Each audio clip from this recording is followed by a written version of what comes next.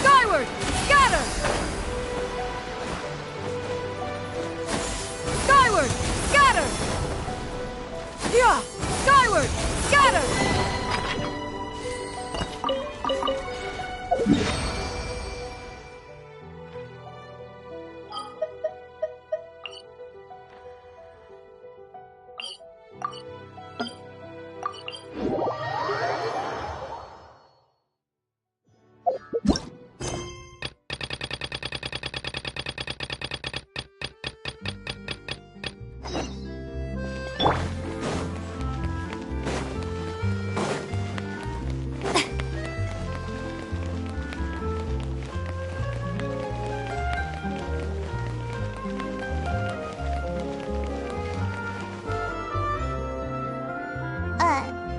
Huh? Our names are written in this newspaper. What's going on? Let Paimon see! The underwater stronghold, the Fortress of Meripede, has continued in its noble autonomy. But that does not mean that others cannot interact with it. My recent attempts to enter the fortress bore little fruit. Huh. Guess Charlotte still hasn't given up on that. Thus, did an Outlander friend become the focus of this report? A blonde adventurer with their white fairy legends trailing in their wake. It is said that this mysterious traveler once visited the underwater fortress. So while the fortress's interior remains a mystery behind closed doors, do not fear, for the tales of the traveler contain surprises in spades. Journalist Charlotte's biggest scoop yet, the Traveler's Trail, World Walker. Huh. Charlotte took so many awesome photos of us and we never even noticed her. She hasn't been able to get a hold of anything at the fortress, so since we're easier to find, she's using us as the subject matter instead? Ugh, seriously? Well, fine. Those headlines and photos do look cool, so Paimon will forgive her this time.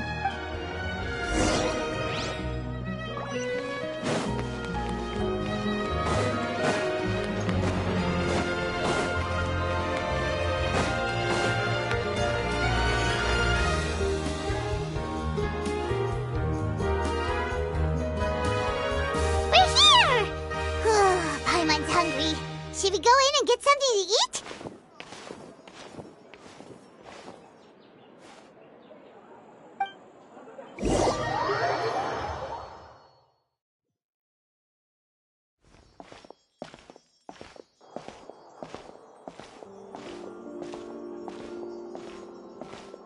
Hey, quick! Look! That's the limited edition, only 16 slices a day cake! It was so delicious the last time we tried it! Despite the tense situation we were in, let's give it another go! I'm sure it'll be great! 1 slice of cake, please. Someone showed up after all! Oh, wait, you're the one from the Palais Mermonia. Oh, are you here to buy cake too? It seems Monsieur Nervalette was right. You really can eat. Wait, did he really say something like that? That's right. Even he has his own preferences when it comes to food. As for me, I love the cake and coffee here. Do you come here often? Usually every day. Every day? It's part of my daily schedule, apart from work. I shall have my cake and coffee. Then what if someone told you one day that this place would be closing soon, and you wouldn't get to eat cake here anymore? What would you think? But why would it close? Well, Paimon doesn't know either, but maybe the waters will rise tomorrow. You know, like in the prophecy. Oh, the prophecy. To be honest, I haven't paid much attention to that. No, still, even if there'd be no more cake tomorrow, that wouldn't keep me from having some today.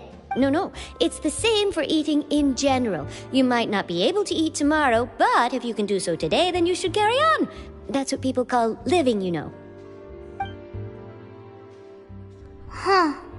Don't be sad. Excuse me, could I have 2 more slices of cake to go? These 2 slices are for you. Sijuin said that this kind of expression you're making is what humans call being sad. Oh, you know Sijuin? I sure do. She was born before me, and she sometimes comes to the surface to teach us things about humans. She said that humans are creatures that are saddened easily, yes, and you can only lift their spirits by feeding them delicious food. So please try the cakes here. I've got something else to do, so I'll be going now. You two try to stay in a good mood after eating, all right? Bye.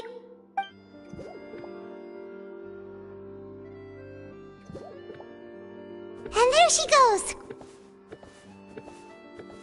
All right, let's dig in. I'm sure this cake will be delicious.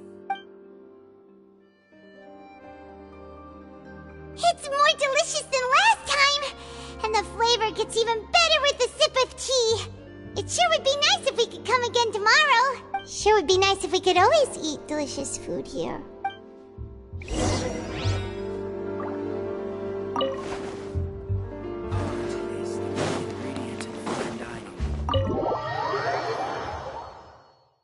Oh, we're near the Seabird office.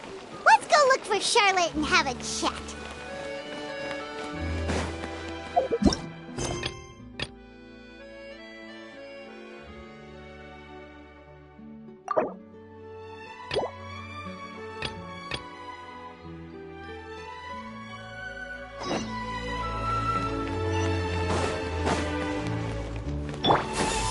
Skyward!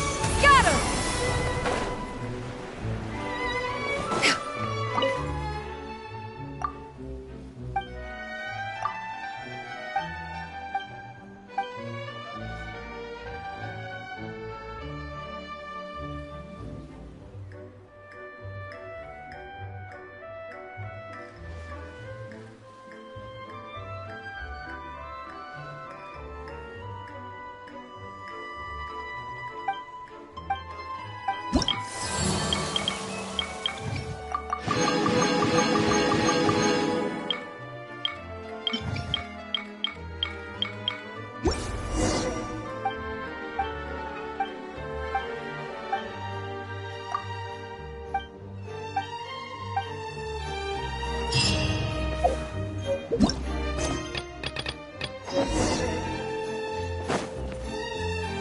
Wow!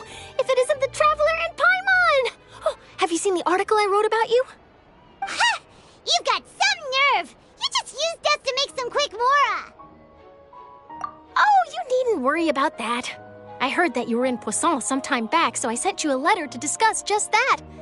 It appears you didn't receive it, though. It's all right, though. I've set aside the amount intended for you. I've even set the table with some food. Really? Oh, you're the best! You're almost a little too easy to win over, Paimon. If I were a journalist with ulterior motives, you'd be in trouble now, you know. Oh, Paimon knows you're not like that. Still, what brings you here all of a sudden? Were you looking for me? A friend of ours met you a while back, and when she mentioned it, we thought of coming to see you. Her name's Mona. Ah, so you know Miss Mona as well. She's a guest columnist for our paper. A really good one, too. She's so young and already such a brilliant astrologist. So she mentioned me? What did she say? She said that you're a real daredevil of a journalist. Nice. In which case, can this daredevil journalist dare to request an exclusive interview with the legendary Traveler and Paimon? Huh? So your article in the paper today doesn't count? Oh, of course it doesn't. That was more like live photography. What I'd like to do is dive deeper and ask you to talk about the things you've seen and experienced. Yeah, are we even qualified enough? Why not? If I say you're worth an interview, then you're worth it. But not right now, of course. I'll need a few days to prepare. Oh, in that case, we'll just chat when you have the time then? Oh, so that's a yes? Ooh, splendid! I'll tell the editor-in-chief immediately. I'll have to apply for lighting, a venue, some props, and whew, so much to get done now. Talk to you later. Wait, Charlotte, Paimon's still got a question for you. And what's that? If, just for example, Fontaine were to be flooded tomorrow, what would you do today? Huh, that's the prophecy you're talking about, isn't it? I mean, I do hear about it often, but I've never once thought that the day could be tomorrow. If you're seriously asking, then I might try and think of a way to leave Fontaine. Oh, but I'm still a journalist first and foremost. That means I have a duty to be reporting from the scene. And secondly, I wouldn't forsake my homeland that easily. From what I've seen, most people don't know what they'd do should the worst come to pass. In truth, it might be better just to behave like normal rather than worry over such an end. So in all likelihood, I'd probably still be prepping at the office for that interview of ours. I know what you're thinking. That sounds a bit sad, but I've always believed that it's best to do what you enjoy. Just think about it. If this nation really were to be suddenly destroyed tomorrow, but I still successfully finish an exclusive interview with a truly unique person, then the story I would wind up writing would truly be timeless. And then do you know what I'd do? Well, I'd write that story, send it for printing, and use messenger pigeons to get copies out to the various nations as soon as possible. I'm not a dreamer, nor am I a workaholic, but I do love my job, and I'd be proud of leaving such an article behind. I guess you could say that I was born to be a journalist. But anyway, that's my answer. And on that note, I'll get back to my preparations. That's so nice. All of a sudden, Paimon actually kinda envies her. Anyway, let's go and take a look at the sea, shall we?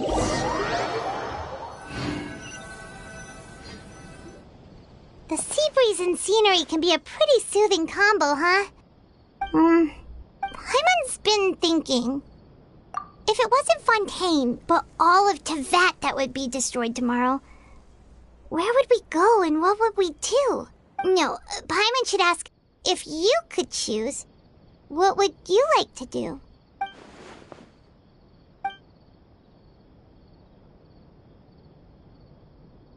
We've always been moving to the next destination, so we haven't spent much time thinking about these kinds of things. We didn't have to either, with us always being on the road and whatnot. You mean, still traveling? Huh. Wait, isn't that what we've always been doing?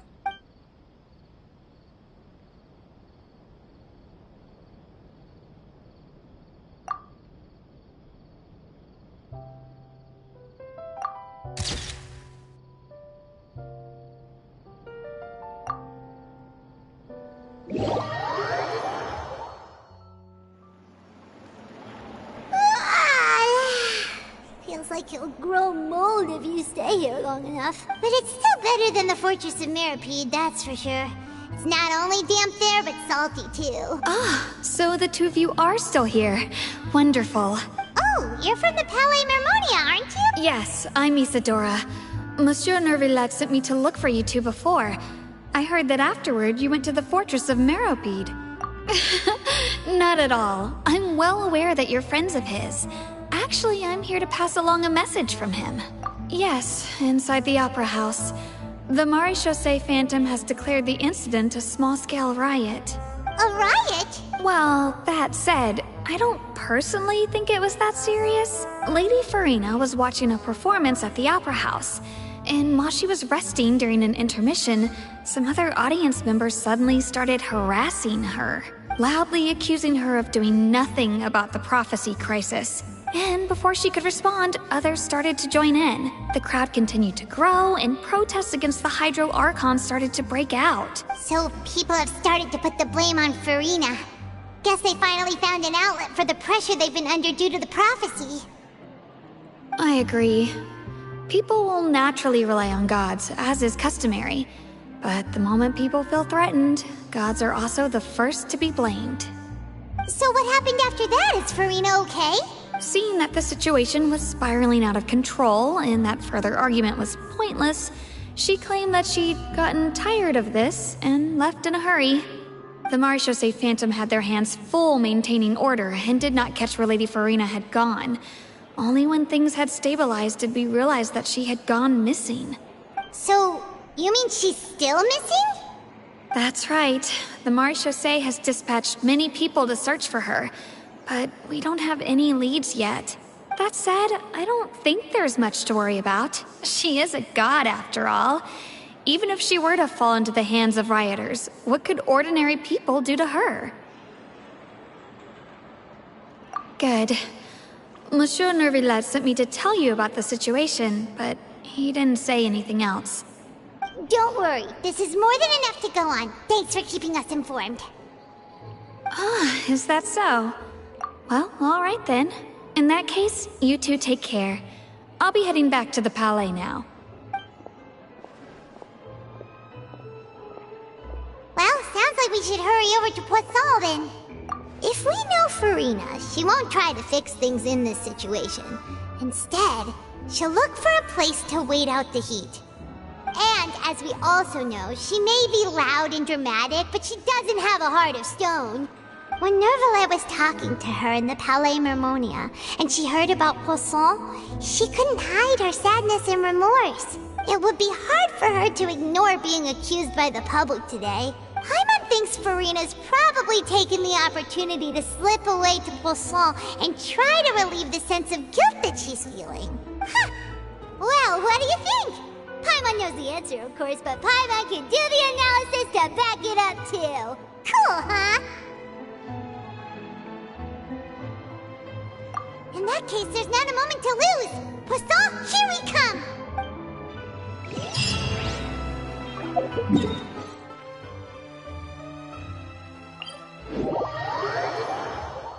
This place looks deserted. Guess all the survivors must have evacuated already.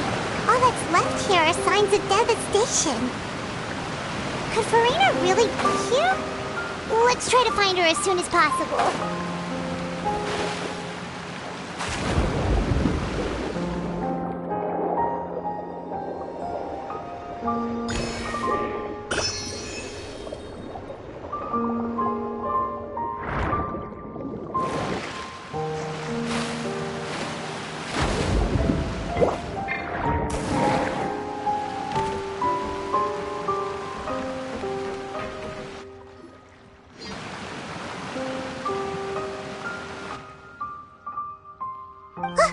That's Farina, right over there. She really is here all on her own.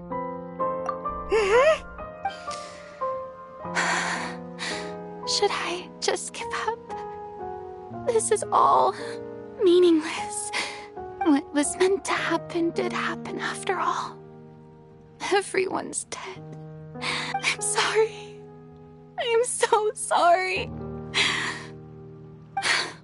Give up, Farina. There's no point in holding out. I'm sorry. But what can I even do other than to repeat meaningless apologies over and over? Who's that? Don't worry, Farina. It's just us. So it is you, blonde traveler from another land. Why, I almost thought you were someone from that mob of my ignorant subjects, come to kneel and beg for my forgiveness. Farina, you were crying just now, weren't you? The tear stains on your face are obvious. What do you mean, tear stains? Oh, I remember. The show at the Opera House earlier this morning was so moving. I'm still trying to process it. Who did that uncivilized rabble think they were, disturbing my enjoyment of the arts? They even dare to tout their Archon. I must teach them a lesson. I can just imagine their twisted and frustrated faces once they realize that I'm nowhere to be found. Oh, and I'm sure Nouvellette and those people from the Marche Chaussee Phantom are freaking out right next to them, too.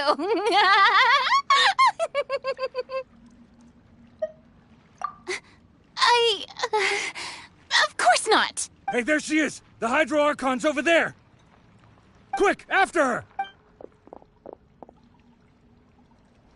Farina, those people seem to be after you. They are? They're just some rabid fans who want to cut the line because they haven't been able to meet me in person, aren't they? That's against the rules. I can't let them get their way. Farina just ran off! Quick, we have to catch up with her!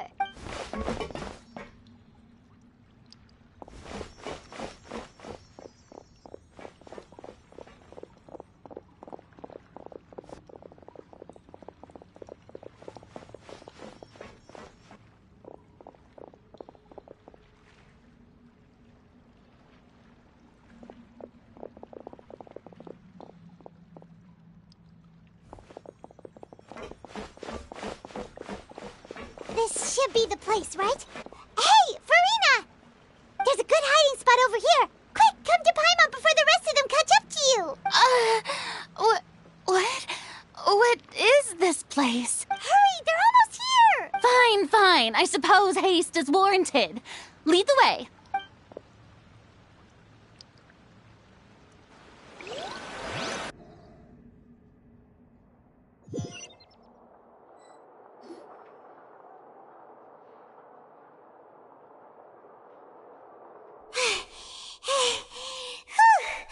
Paimon's exhausted.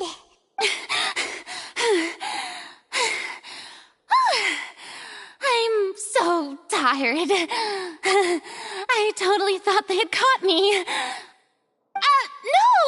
I merely gave in to the sheer enthusiasm they displayed.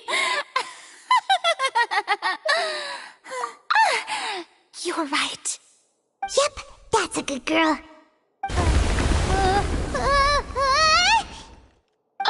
What's happening? The ground's shaking.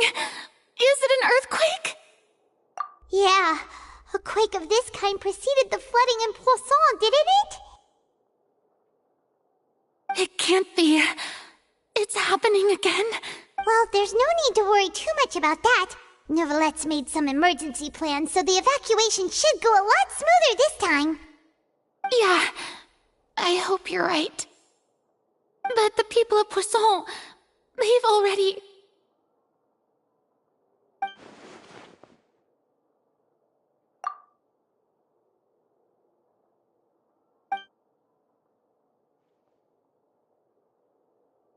It's true. I've been investigating the prophecy for hundreds of years. I once had informants all over Tevat, searching for clues and feeding information back to me. I've tried all kinds of ways, too, to hold back the sea. Anything to keep the coastline from advancing.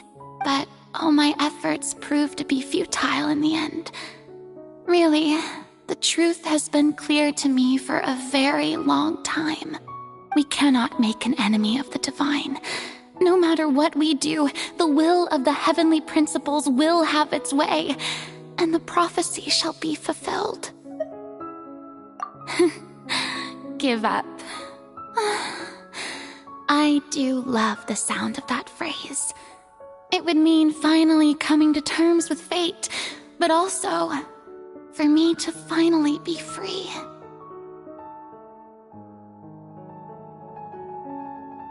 Indeed, I've thought about giving up so many times, especially after we almost lost Poisson.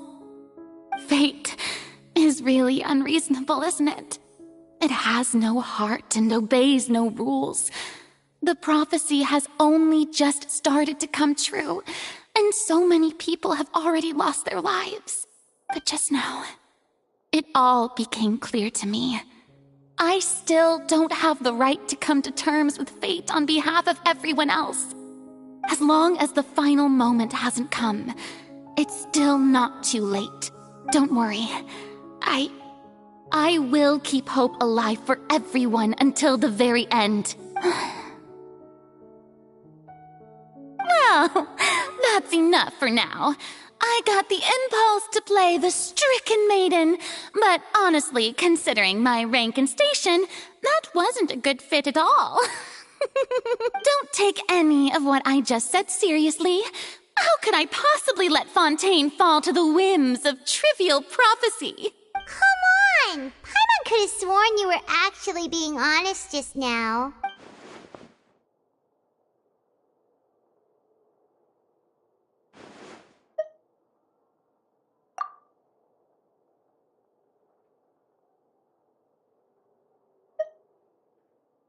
Share my burden. That's impossible.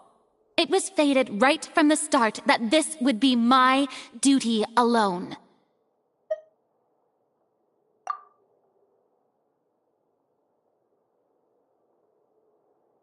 A witness.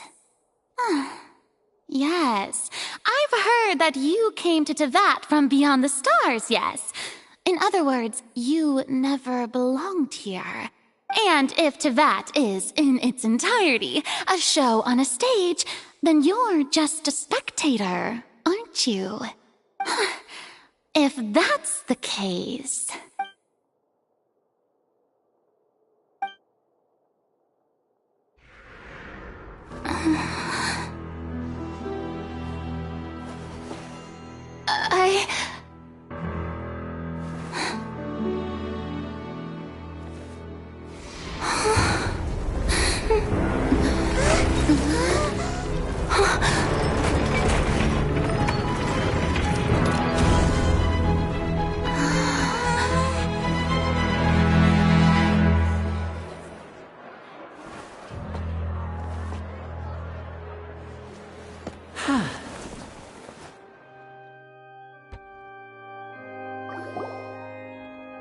Ladies and gentlemen, this concludes my opening performance.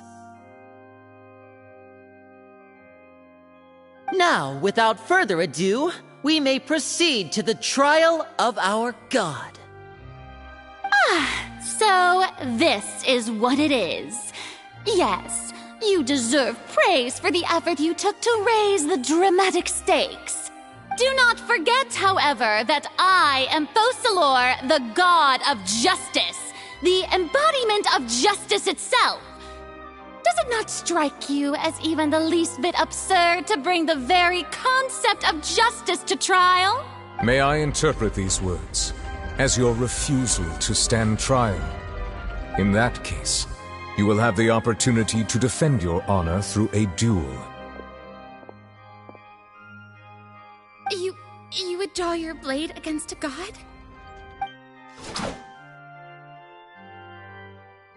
I see. It seems like you have made up your mind.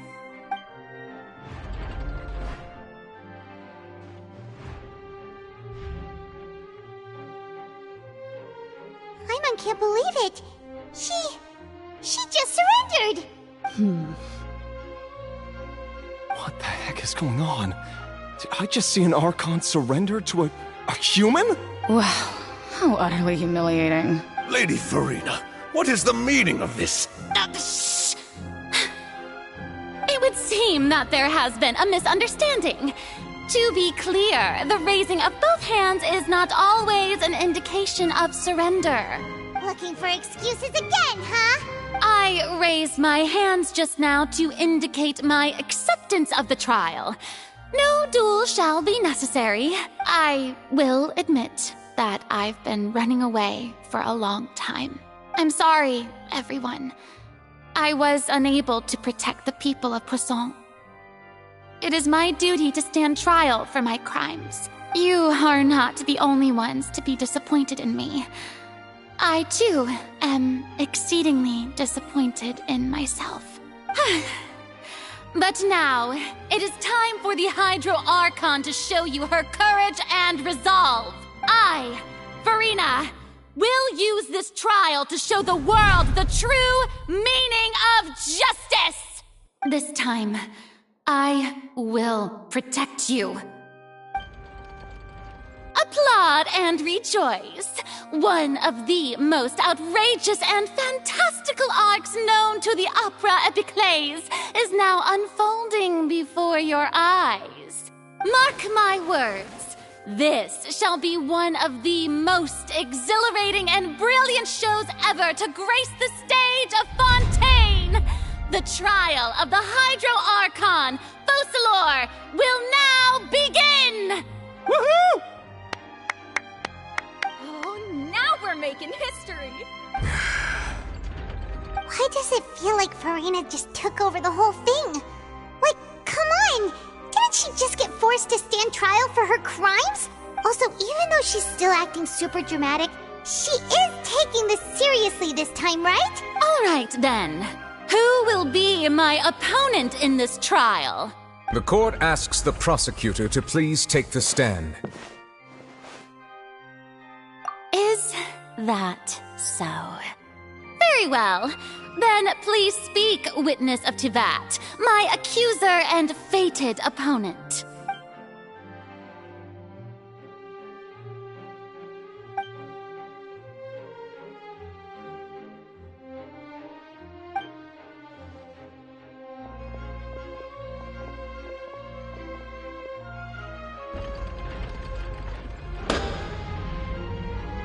Also, please allow me to ask, as a final question before the trial begins, just how much work did you do to force me onto this stage? Well, we did do a lot of prep after the meeting that day. I can go over the tasks assigned to the Spina di Rosula, since they were rather straightforward and easy. Navia, the president of the Spina di Rosula. Most of the people who participated in the disturbance this morning were my subordinates. They changed into plain clothes and came to the Opera House as regular audience members, waiting for the perfect opportunity to incite insurrection against you. The people's resentment against their Archon has been building as more and more of the prophecy is fulfilled. A spark was all we needed to turn smoldering anger into a flame. Moreover, according to our understanding and analysis of you, when something like that occurred, you would likely flee the scene and head to Poisson by yourself. So, we arranged for a second group to lie in wait there. So, you mean, the ones who scoured the settlement for me were also from the Spina? And their goal was to force you to step into the giant magic box so you may personally participate in the greatest magic performance in all of Fontanian history. That's right. That house was a magic box, rather than someone's residence. As the super ultimate version of the setup that I used when I first performed at the Opera Epiclese, the volume of the box was increased by a whole order of magnitude, and the distance it traversed was the entire gap between Poisson and Araneas. Its cargo, of course, was an Archon instead of a human. My thanks, Farina. Without your help, we could never have pulled off such an extraordinary performance. You're welcome? Of course, this performance was only made possible with Father's support. The House of the Hearth spent a massive amount of labor in Mora to pull this off. We had to select a location, construct the giant magic box, dig a tunnel, and open up a path through the water. It was a lot of work for all of us. So, in other words, the earthquake that we felt within the giant magic box was just a normal tremor from the transportation of the whole house? That's right. It wasn't a sign of another disaster to come. Then, I can guess Nervilette and Cloran's parts. You gathered a crowd, prepared a stage, and made sure that the champion duelist would be immediately ready for a fight. Also that as soon as I appeared on the stage, the trial may commence without a hitch. Am I right? Yes, that is correct. Well, Clorand, I must commend you for your courage. Only the most outstanding champion duelist in all of Fontaine would accept a duel with an Archon without flinching. Thank you. As for you, Traveler, I suppose your role was to keep me distracted with conversation once you found me in Poisson. You'd make sure that I didn't notice anything amiss before revealing yourself as my prosecutor once we'd arrived onto the stage. Oh?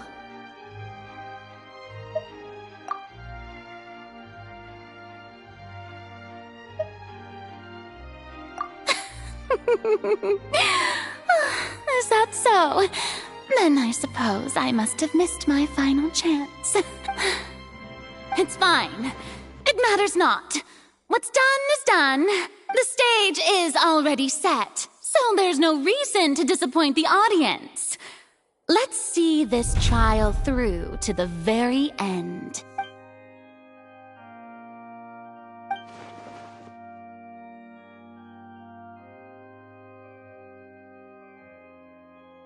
Madam Prosecutor, please allow me to pass this along. This is a document that Miss Charlotte applied for and received permission to share with you during the trial. According to her, it should speed up the proceedings. Huh? Charlotte wanted to give us something? Oh, so she's here too! Hey, Charlotte! Oh, let Paimon see. Isn't this the exclusive interview that she did with us before? So she's already finished it, huh? Wait, then that means this document is a perfect timeline of everything that's happened ever since we stepped foot in Fontaine! So in other words, we can refer to this anthology of evidence every time we want to use something from our journey as evidence for an argument! Let's quickly confirm the information in it. Just think of it it as a refresher, alright? You defeated the Hydro Archon in the very first duels you took part in at the Opera House. That's one for the history books, all right. I didn't think that you'd wind up getting to the bottom of the case I'd been following all this time. I guess you could also see this as a happy coincidence. This is the words of someone as extraordinary.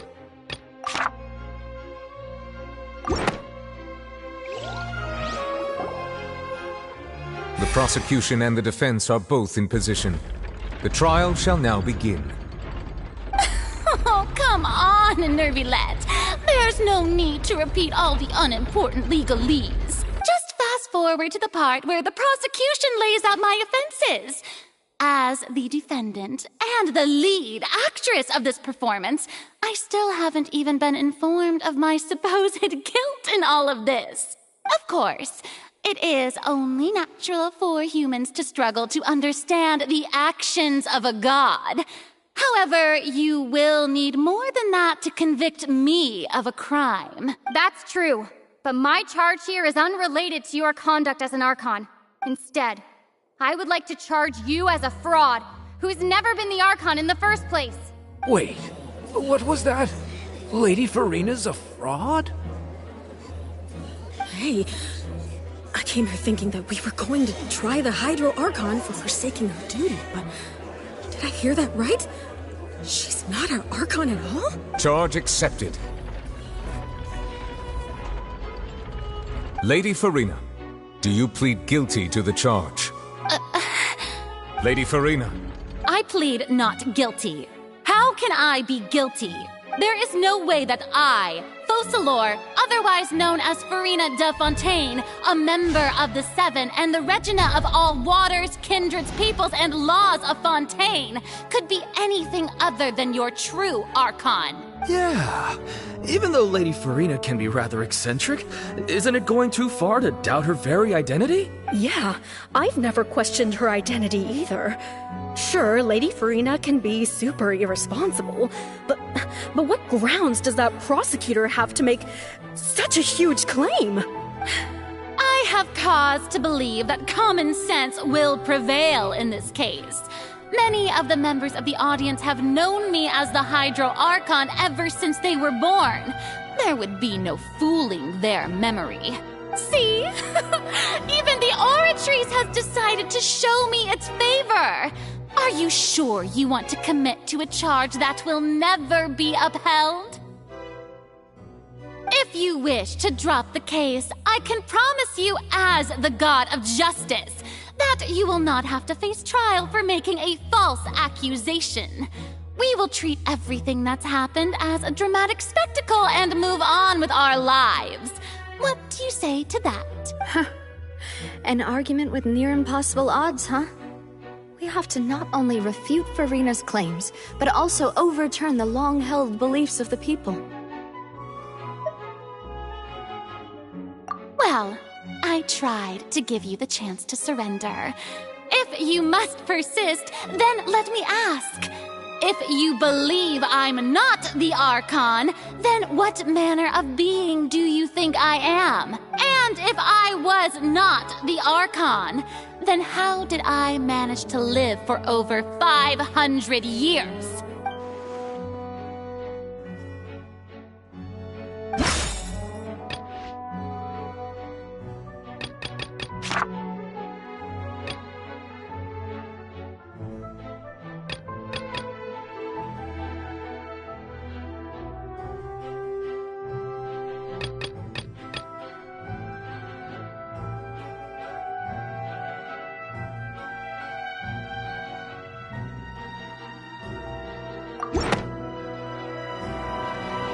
First of all, you may be a member of another long-lived race, which would allow you to naturally possess an extended lifespan.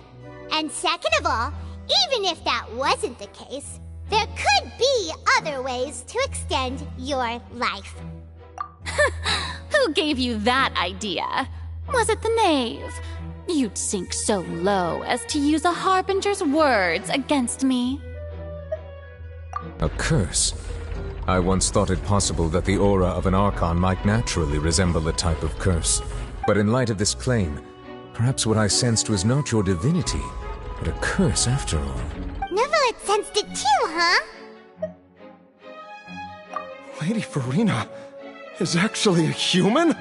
Well, it is true that it's extremely difficult to tell humans and gods apart just by looking at them. It's not impossible.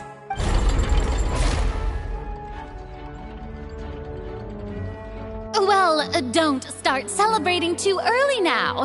Even if I have been carrying a curse like you said, how does that prove that I am merely a human being? Besides, everyone knows that the main difference between a human and a god is the possession of authority.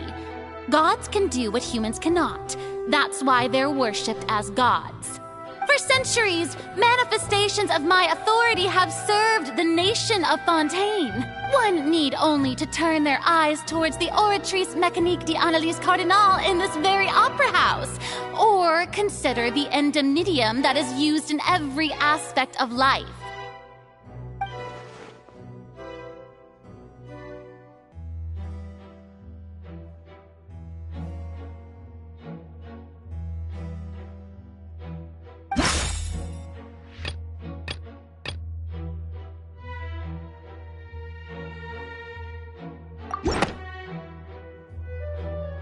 You tried to reference the Oratrice. But weren't you as confused as all the rest of us when the Oratrice declared Child to be guilty without any proof? Otherwise, you should have come up with a good explanation for that by now. Didn't I make myself clear at the time? The decisions of the gods are naturally difficult for humans to comprehend. There is no need to provide an explanation. Lady Farina, I believe a reminder of your current circumstances is in order. While the court is in session, the principles of justice and the law must come before all else. While you are an Archon, you are also first and foremost the defendant in this trial. You will prove yourself unable to defend against the prosecution's charges if you continue to withhold vital information against the rules of the court. I never thought you'd use that kind of rhetoric against me. That was no trick of rhetoric, Lady Farina. I've merely reiterated the rules of the court. Rules that all should respect and follow. So, you neither knew why Child was declared guilty, nor did you understand the structure and operations of the Oratrice. Instead of having been created by you, the manifestations of authority you mentioned have been made by the real Hydro Archon, haven't they? The real Hydro Archon? Well, now you're really losing me. It is true that I did not know why the Oratrice gave out a guilty verdict that day, but the Oratrice handed out that verdict unilaterally, and it has been operating independently ever since it was first created. You can't argue that just because a divine creation is flawed, that the god behind it must also be no god at all. She's still throwing out all kinds of excuses. Seems like she's confident that we won't be able to produce proof that she has no power over the Oratrice. My power as an Archon. There are many ordinary citizens in the audience. How can I just carelessly demonstrate the formidable power of an Archon? If that poses a concern, I'm prepared to extend my protection to the audience. You don't need to go that far.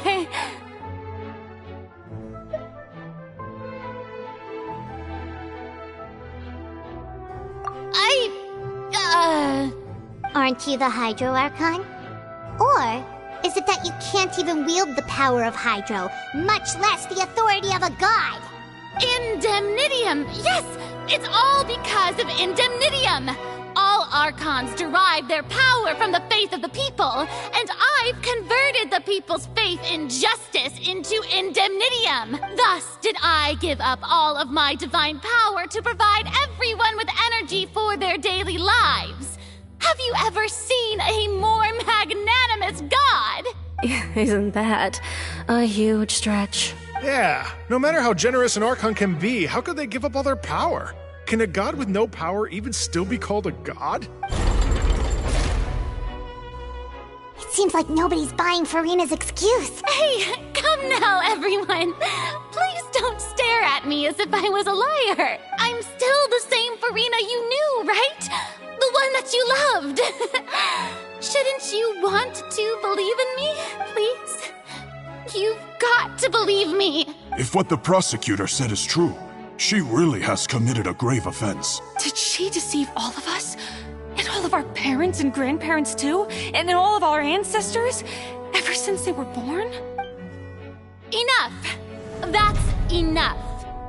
Tell me then, if I'm not the real Hydro Archon, then who is? If you have no evidence of another Hydro Archon's existence, nor can you find anyone who can back up their claim to be such, then what grounds have you to say that I'm not actually the real deal?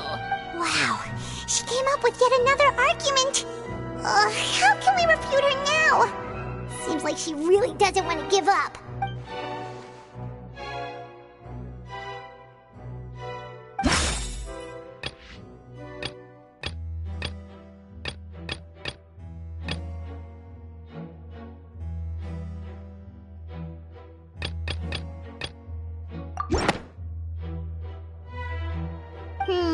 That doesn't sound right. Paimon doesn't think this clue can be used as compelling evidence to build our case.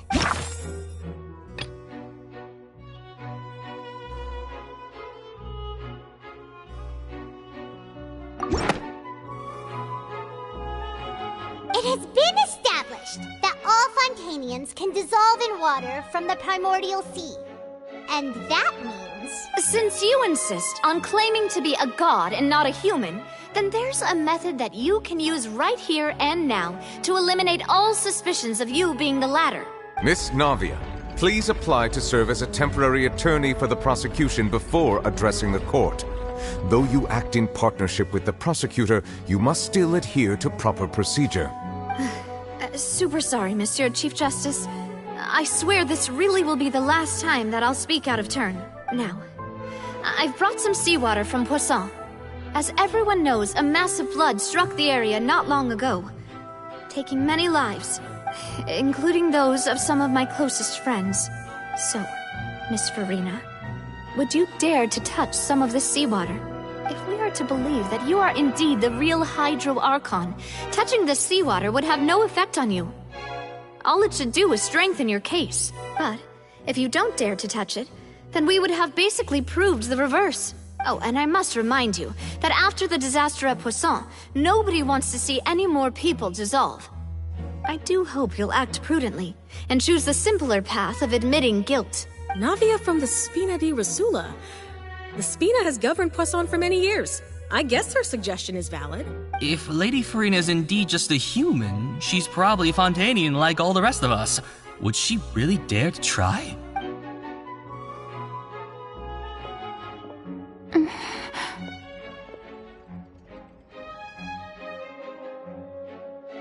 Lady Farina, this test has been unilaterally proposed by the prosecution. As it falls outside the realm of standard court proceedings, you possess the right to decline participation. Well, of course he had to tell her that. But refusing to participate is basically the same as a confession of guilt. She's just staring at the water without saying a single word. It really does seem like she's quite terrified of it. That could only mean... What's going on? Is she really planning to... That's not what we thought she would... Due to the inherent risk of the test, Lady Farina, you may... Hey!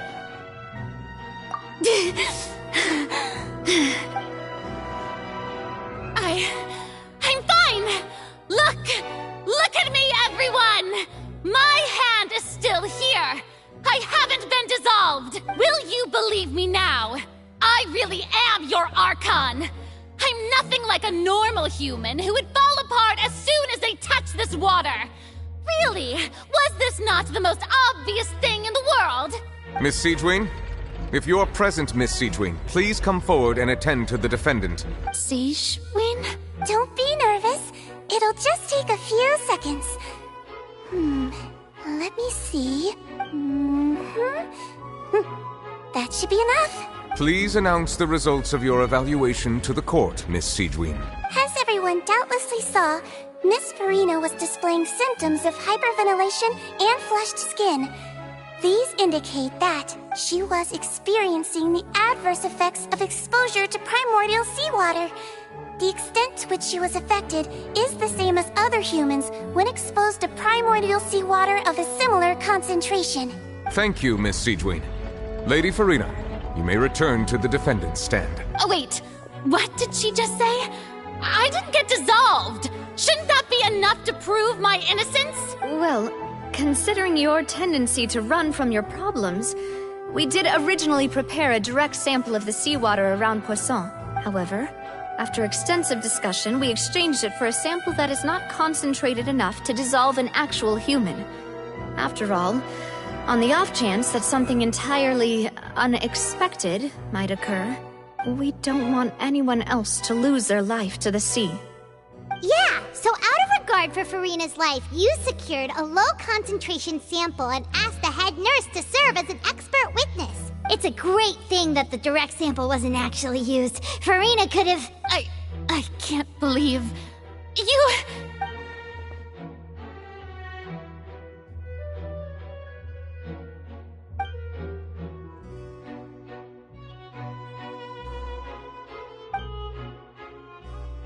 Listen to me, everyone! Please don't give me such cold and disdainful looks! What happened just now didn't prove a single thing! Think about it! How can you conclusively prove that an Archon can't also be affected by the primordial seawater? Also, if I was really just a human, why would I dare to just put my hand in that kind of water?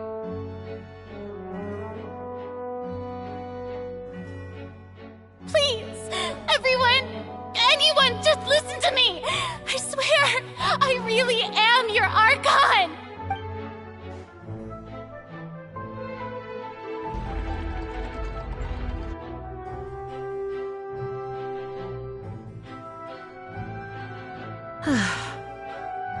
I don't think anything she says at this point will sway anyone. The odds are just too stacked against her now. With all the things that have been said, Paimon doesn't think there's any way left for Farina to win. I believe the time for arguments and presentation of evidence has come to an end. If there are no objections, we will move on to the final judgment.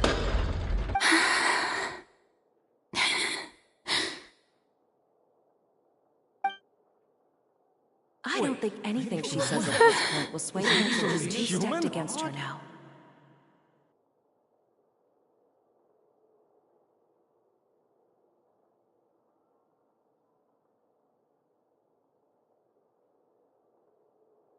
In my capacity as Chief Justice, I shall now render judgment on Farina's misrepresentation of herself as the Archon of Fontaine. As a human who knowingly deceived her fellow citizens, Farina is... guilty.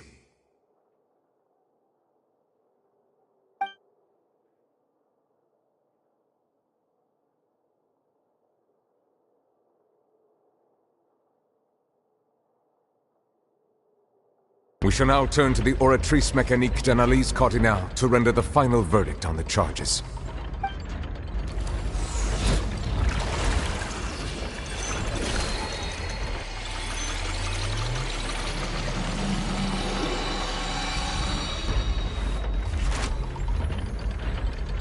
According to the judgment of the Oratrice Mécanique d'Analyse Cardinale, Farina is... Well, what's wrong? What's the Oratrice's verdict? No, the Oratrice also displays a guilty verdict. Isn't that correct, then? However, the exact wording of the verdict is thus.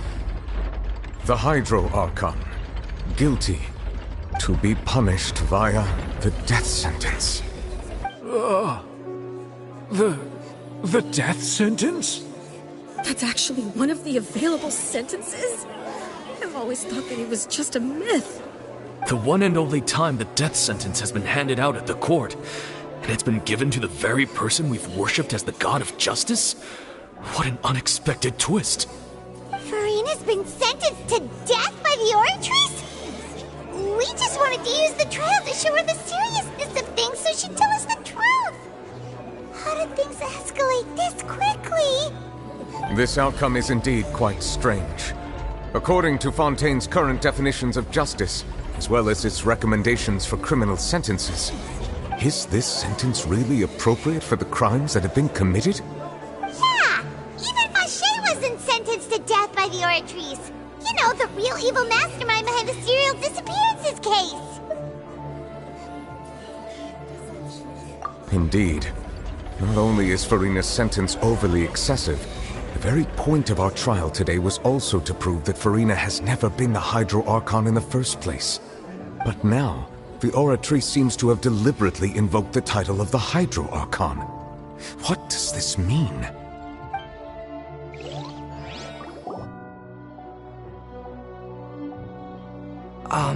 Excuse me, if I may interrupt. Is the trial still going? Fremine! You finally made it. I assume this means you've completed your mission? Mm-hmm. Any mission Father assigns to me will always be top priority. Is that the first prophecy slate? Huh. So the knave privately arranged for Fremine to try and find the missing slate. I looked everywhere and finally found it at the bottom of the sea. It took me a long time to get around some dangerous stretches of water.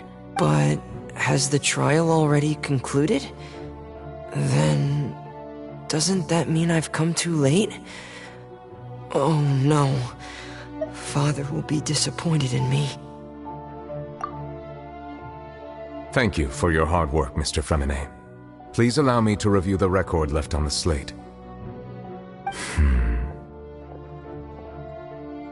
Traveler, I believe that you have already seen the other existing slates, and would like you to come here and confirm their contents. Huh? So what do you see? What is it?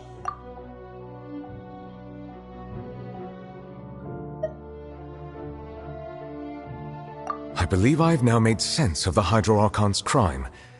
It has to do with Fontaine's lost history.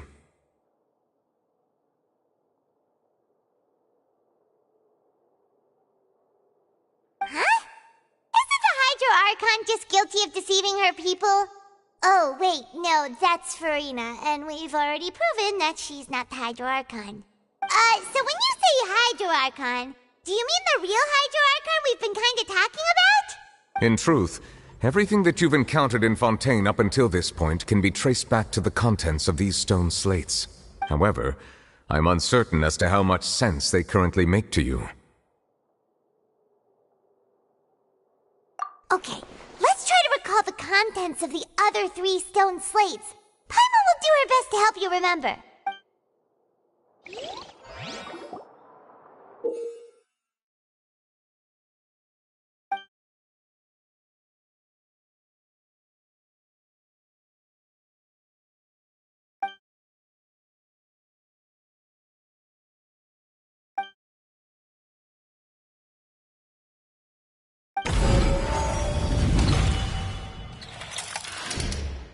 Stone slate describes what you just said. It seems to show the previous Hydro Archon using her divine power, and then the Oceanids turn into humans. Does that mean that Fontanians are transformed Oceanids? Oh, Paimon wasn't expecting that. But if Oceanids can turn into humans, then perhaps this process can be reversed as well. The second stone slate shows Celestia floating in the sky, and the Hydro Archon and her people worshipping it together. But the heavens still brought judgment down upon them. This must be the point when the Hydro Archon and the Fontanians were branded with their original sin. Does this mean that the original sin and the Hydro Archon sin are the same thing? The third slate shows the Hydro Archon sinking into the sea surrounded by many people. Huh. That reminds Paimon, didn't we also watch that happen to someone else? Well, the fourth slate is the prophecy the Fontanians have been talking about. people dissolving into the sea, the Hydro Archon crying on her throne, and so on. We didn't believe that such a crazy disaster could happen at first, did we? But after that incident, it was just a question of when and not if.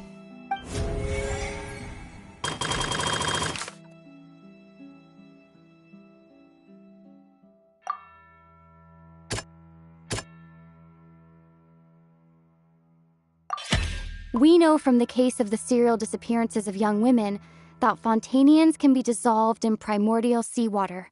This might be the reason that Fontanians can dissolve.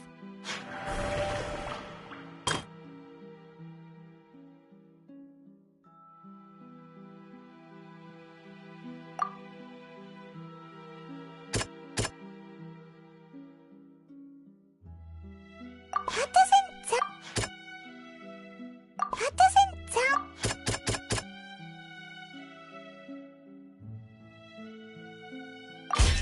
Perhaps what is about to take place has all happened before. The true sin of the Hydro Archon that Nervilette mentioned, and the original sin cast down on the people of Fontaine by Celestia, as recorded on the stone slates.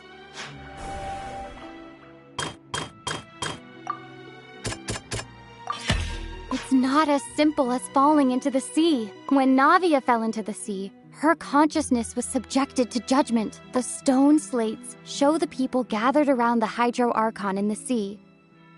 Could that be alluding to the same thing?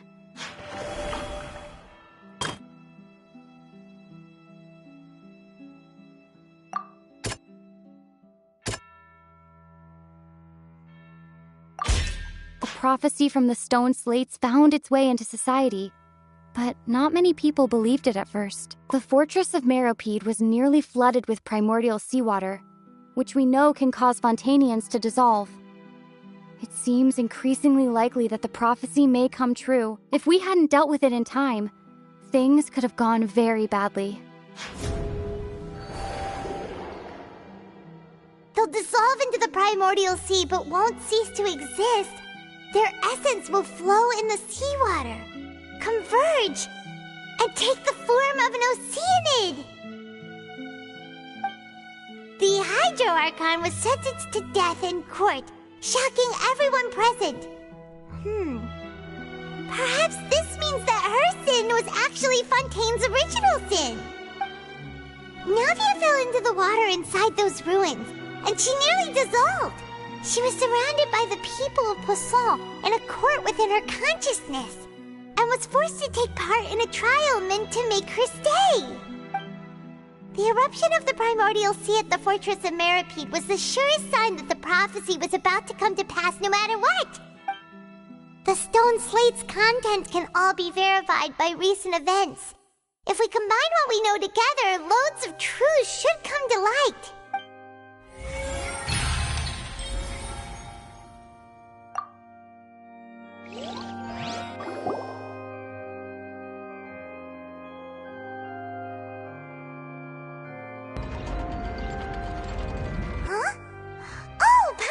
It now, so that's how you can make sense of it.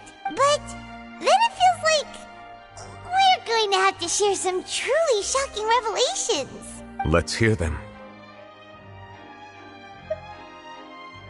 Incredible. Linny, did you hear that? We're not real humans. All Fontanians were originally created by the late previous Hydro Archon, with Oceanids as their basis. The evidence for that can be found in how only Fontanians could dissolve in primordial seawater, and how all the girls Vacher dissolved were also turned into Oceanids. Oh, and according to Navia, when she was about to get dissolved, she also saw everyone gathered around for a trial, all of them in the shape of Oceanids. Indeed. Yeah! And it follows from the content of the first slate that she probably angered Celestia by creating humans without prior permission. That could also explain why the Oratrice judged the Hydro Archon to be guilty. It's to account for that ancient sin. The Hydro Archon's true sin was creating us? And yet, after many hundreds of years, The Hydro Archon's creations have turned around to try to judge the Archon within the Opera Epiclese. The twists of history are often the most unexpected of all.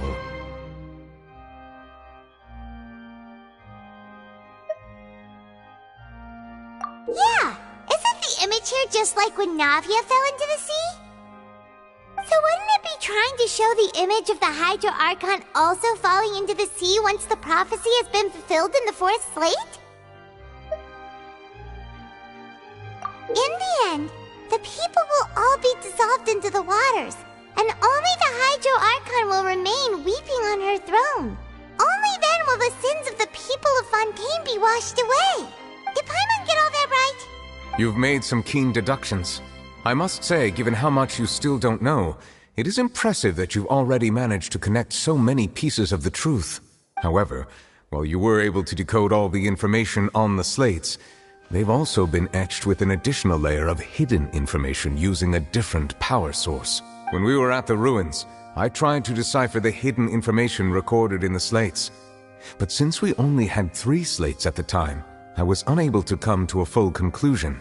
Now that the slate collection is complete, I shall make another attempt to decipher the narrative recorded within. If everything goes well, we should finally be informed of the unadulterated truth.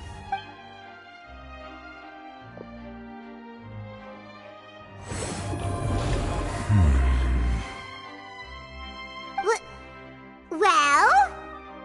Did you get it? I believe I should share this truth not only with you, but with all the people of Fontaine as well. I will try to briefly summarize it for you. Your hypotheses regarding the origin of Fontainians and the sin of the Hydro Archon were both correct. In the Fontaine of old, the previous Hydro Archon sensed the yearning of her Oceanid familiars for life on land.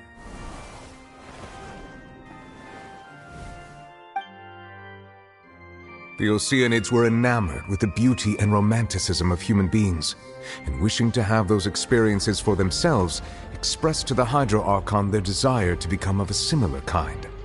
However, even though water as an element is intricately linked with the power of life, the Hydro Archon, as one of the 7, did not possess the authority to create a new form of human life. Not one to give in, she eventually found a way to create permanent humanoid bodies for her familiars by appropriating the power of this planet's primordial sea. She poured primordial seawater into the Oceanids' blood vessels, creating humanoid mimics in the process. But if Fontainians were to ever come into direct contact with water from the primordial sea, the power within their bodies would escape these artificial restraints and return to the sea. As a result, their forms would collapse, and they would be reverted to their original forms as Oceanids. Of course, the Hydro Archon never received permission from the heavenly principles to create a new human race. And thus, the Hydro Archon and all of her creations came to shoulder the original sin of appropriating the power of the primordial sea. That is the true history of how the people of Fontaine first came into being. So we were all Oceanids before we turned into human beings? That's way too much information for me. I think I'm just going to pretend that I never heard a single thing. Wait, but if that's the truth, we can't let the Hydro Archon be sentenced to death. After all, her only sin was creating us. This really might be too much information for your regular Fontainian, but it does answer a lot of our questions. Alas, your hypothesis regarding the 3rd and 4th stone slates was inaccurate. The slates' respective positions are, in fact, correct. A key point of the visual on the 3rd slate is how all the individuals depicted in the water are humans rather than Oceanids. They have not been dissolved, which implies that the water depicted in this slate is not water from the primordial sea. The nation of Fontaine is the nation of Hydro, as well as the nation of trials and justice. Instead of being the literal element, the water in the scene symbolizes judgment and justice. You may also recall Navia's experience. When she fell into the sea, her consciousness was surrounded by that of many others who intended to hold a trial to determine her fate. Therefore, the meaning of the 3rd slate is that the people of Fontaine shall try the Hydro Archon at the Court of Justice.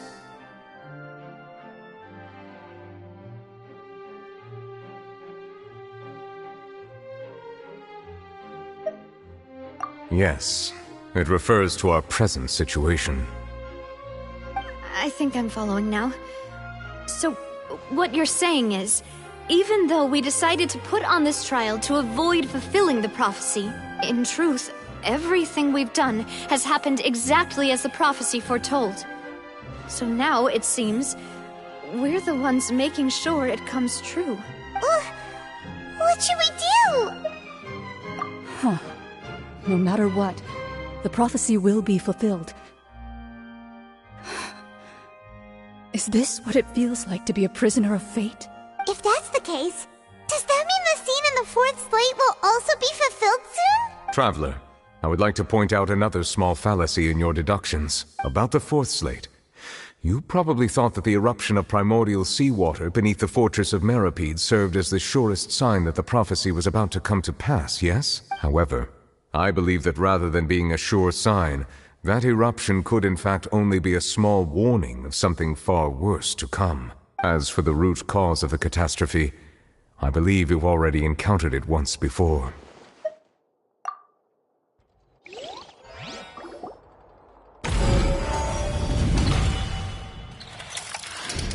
This eruption was just a small warning of the things to come. We must find the root cause of the disaster.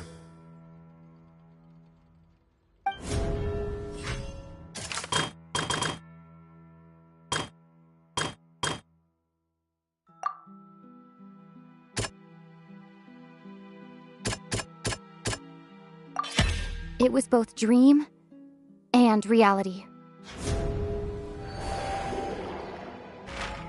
If we're talking about a true culprit, that could only be that thing inside the primordial sea, right? The truth, the original sin, the trial, and the root cause of the disaster.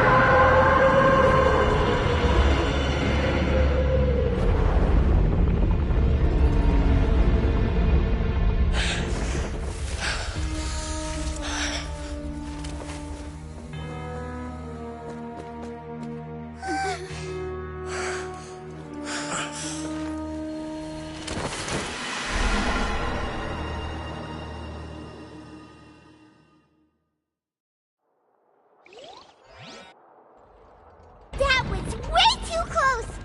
How did that thing just burst into the opera house? Wait, was that the huge whale you saw in your dream?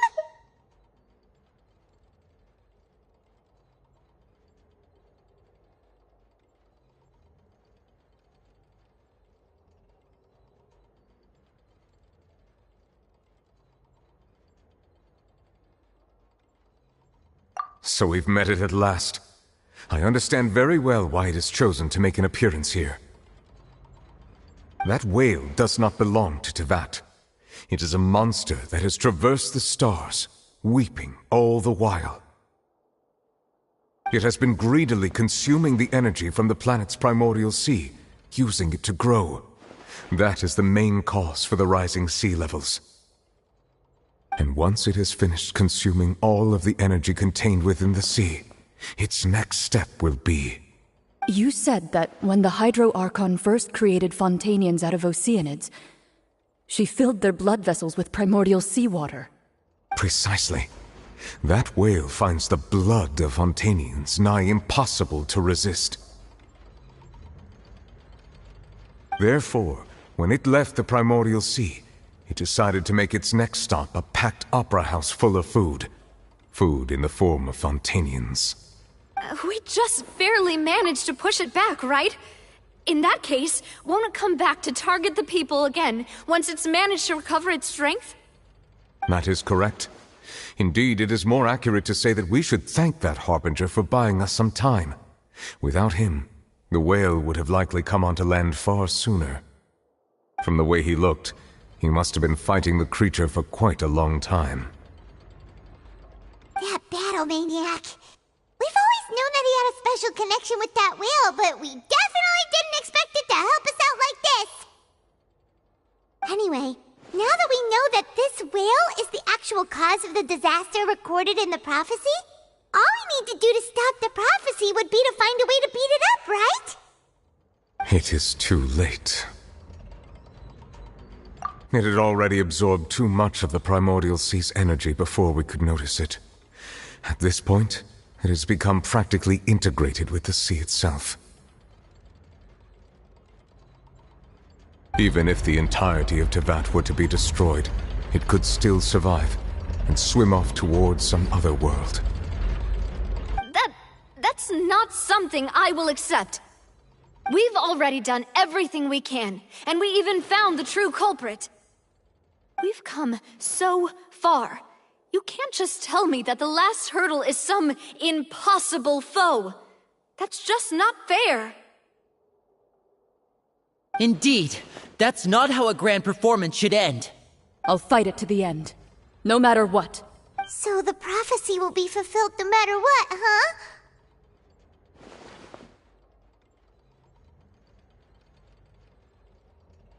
The prophecy. Yes, what has been prophesied will be fulfilled. You may view such things as the history of the future.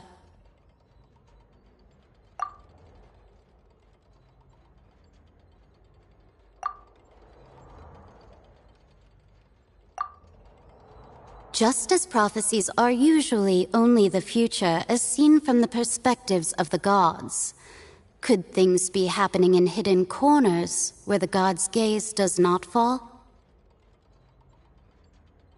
Ultimately, fate shall serve as your only guide, no matter what will happen in Tevat's future. All you need to do is to play your part.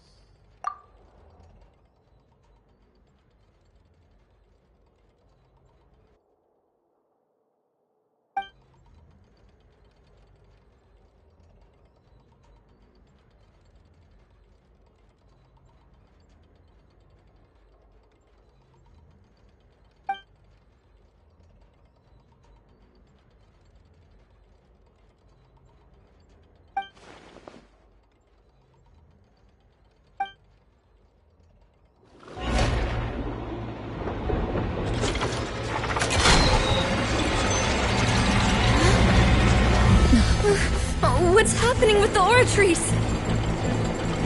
I believe it is preparing to carry out the death sentence.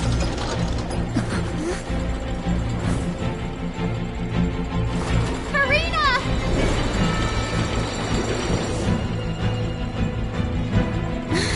No, I still need answers!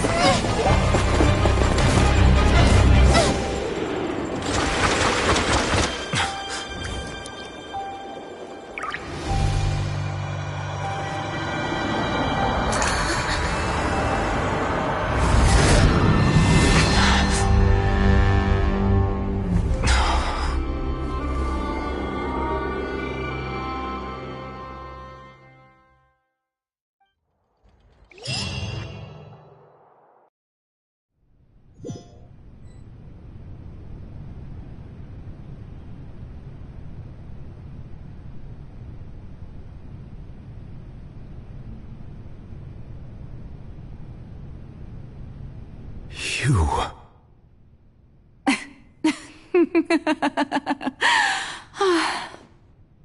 Sorry. That shocked expression on your face is just too amusing. I couldn't help myself. You are not Farina. Who are you? The sweet sound of bewilderment. Marvelous. A sure sign that my attempt to deceive everyone was a resounding success. But to answer your question, I am Focalor. You know, the god. Focalor? Why did you deceive us? Oh, that wasn't my goal, of course. Goodness, no. But I had to fool everyone else too, if I was to stand any chance of deceiving the heavenly principles. Deceiving the heavenly principles? It's all because of that pernicious prophecy. Dreadful, wasn't it? Everyone doomed to dissolve. Fontaine condemned to be flooded. One was not amused. In fact, one was positively bemused when that problem was thrust upon me by my dearest predecessor. That's the former Hydro Archon Egeria, for the uninitiated. It hardly gets more disastrous than a preordained national catastrophe, now does it? She knew full well that the prophecy would surely come to pass. And as one of the seven, she also knew full well that one defies the heavenly principles at one's peril. So yes, as you have no doubt surmised, it was a rather impossible situation that I found myself in. I spent a terribly long time mulling it over, alone on the ocean floor. And I was almost growing barnacles by the time I finally realized there was only one possible solution to this confounding conundrum. I had to outwit the heavenly principles, allow the prophecy to be fulfilled, ostensibly at least, while saving everyone at the same time. I'm a genius, I know. I can only assume that's why Egeria chose me as her successor. Although, looking back now, it was hardly the inheritance one dreams of. Between the task of saving the nation, the quotidian duties of the Hydro Archon, and not to mention the original sin of creating a new race of humans, I dare say she left me quite a colossal mess to clean up. But one can only play the hand one is dealt. I did not choose this, any more than I chose to be one of her Oceanid familiars. So you were also once one of the Oceanids, transformed into a human by Egeria's hand? Yes, I was. I always dreamed of becoming human. And I still do, even now. In my eyes, to be human is to be part of the greatest opera ever known. After becoming a god, I separated my divinity from my body and spirit, leaving behind only a self that was as naive and bewildered as my past self on her first day as a human being. The me you see before you now is that divinity. And the human counterpart I left behind, I named Farina. She could feel joy, sorrow, and everything in between. She could be as vain and conceited, or as meek and vulnerable as she wished. Her strengths were of a kind only a human could possess, as were her shortcomings. But in my eyes, Farina's humanity was what made her perfect. She was perfectly human in every way. The person I always wanted to be. Anyway, so then I cursed her.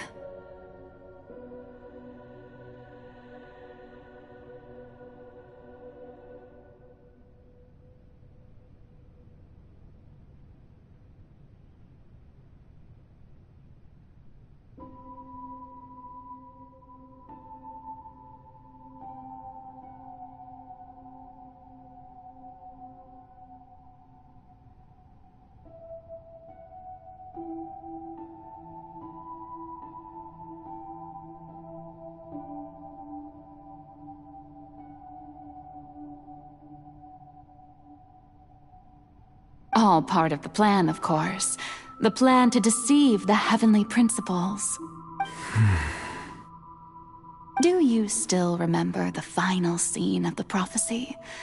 The Hydra Archon alone, weeping on her throne.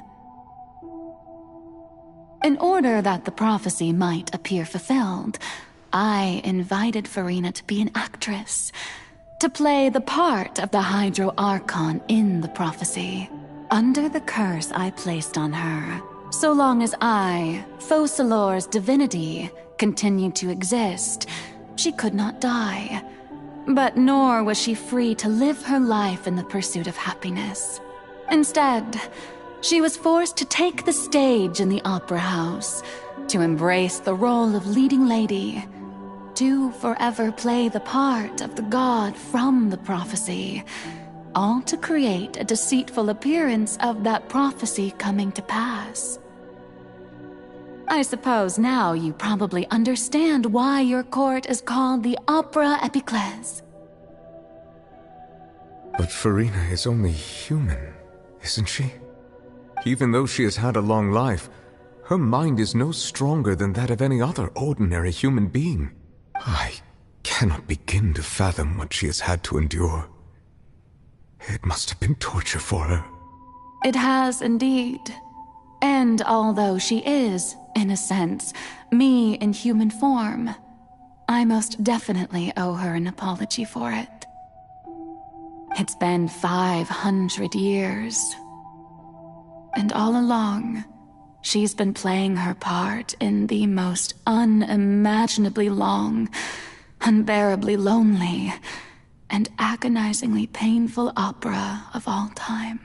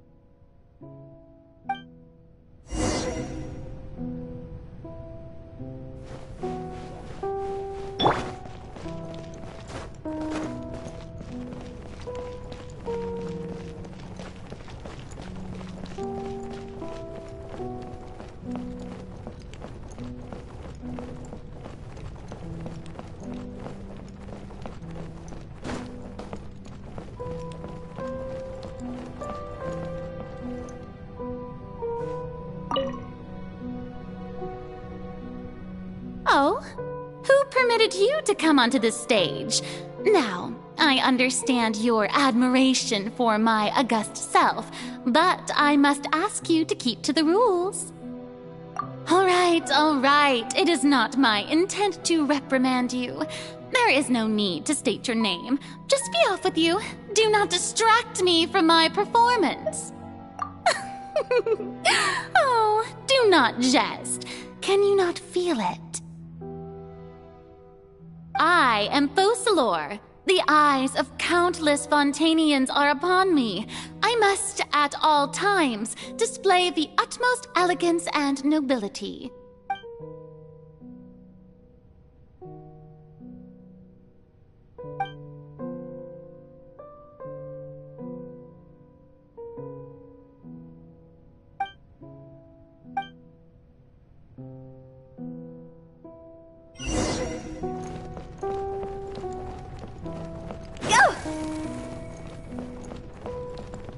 Dear audience, the performance is experiencing a technical difficulty, but worry not. The guards shall resolve it soon enough.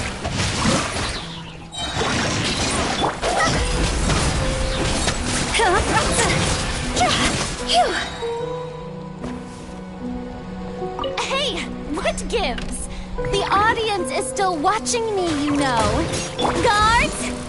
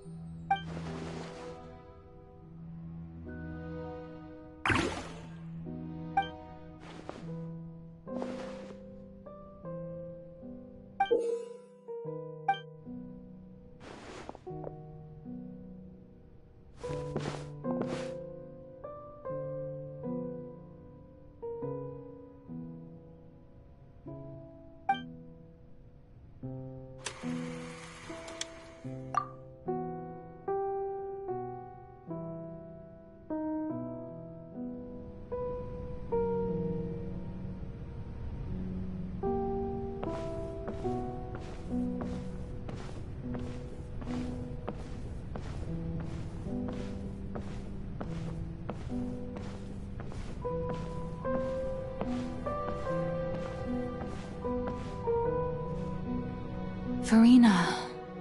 Farina. Huh? Who's that? Who's calling me? Where are you? Be not nervous. Be not afraid. I am before you. Wait a moment. You're near me? How can this be?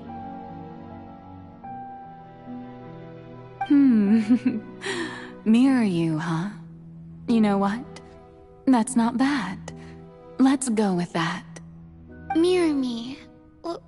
What do you wish to say? The prophecy. Have you heard of it? What prophecy? Wait. I know. I think. I don't know why, but it's in my head somehow. The people will all be dissolved into the waters, and only the Hydro Archon will remain, weeping on her throne.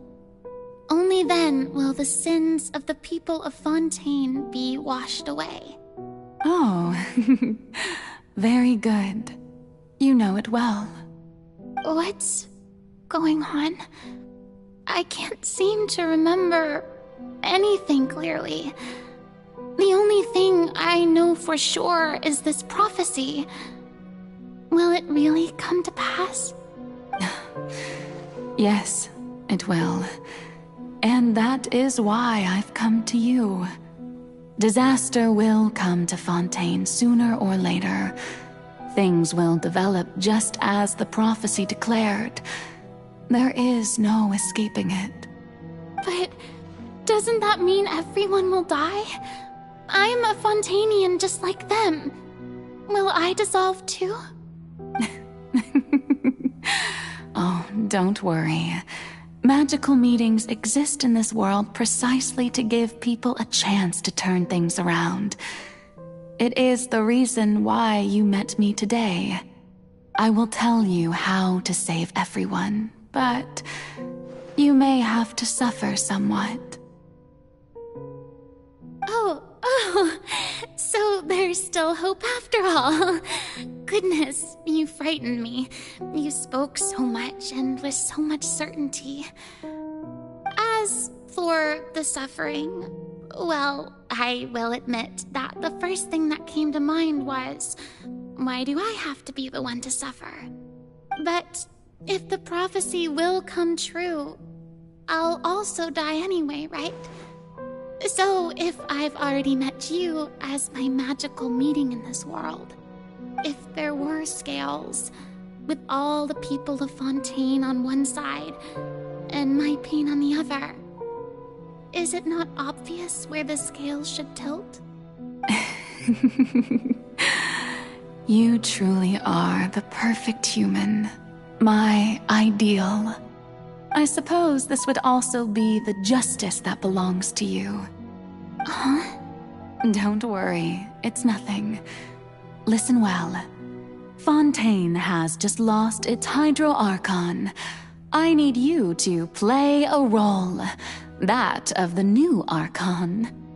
Play as a god? That's right. You must begin a never-ending masquerade. You must never let anyone suspect your identity. If you can keep it up, then I shall have my way of defying this prophecy. But should your identity be revealed, then all hope will be lost. But how will I do this? A human assuming the role of a god without being exposed. Don't worry. What you must do is not to turn yourself into a real god. You simply need to play the role of a god as humans imagine them to be. Being a human yourself, I'm sure you already know what such an entity would be like. Remember, your true challenge will not be pursuing divinity, but contending against humanity. I'm still not sure I understand, but I'll try. I'll try to do this. So, how long am I going to have to play this role? To accomplish this mission, you will have to stay on the stage for many, many years. You will endure and not grow old until your task ends. But I promise you, all will eventually end in a magnificent and dramatic trial, and everyone will be saved. A trial, huh? How exciting.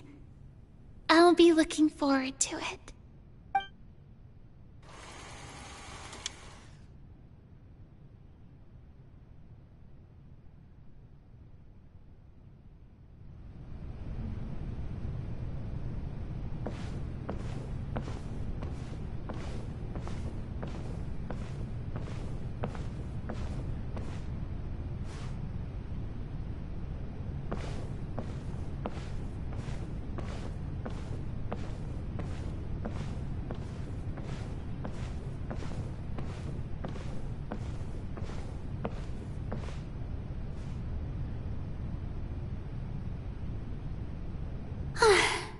The Maison Cardinalise has announced my accession, but this is my first time facing the people. What should I say to most appear like a god? To be honest, I still don't know. Perhaps I should first try to act natural.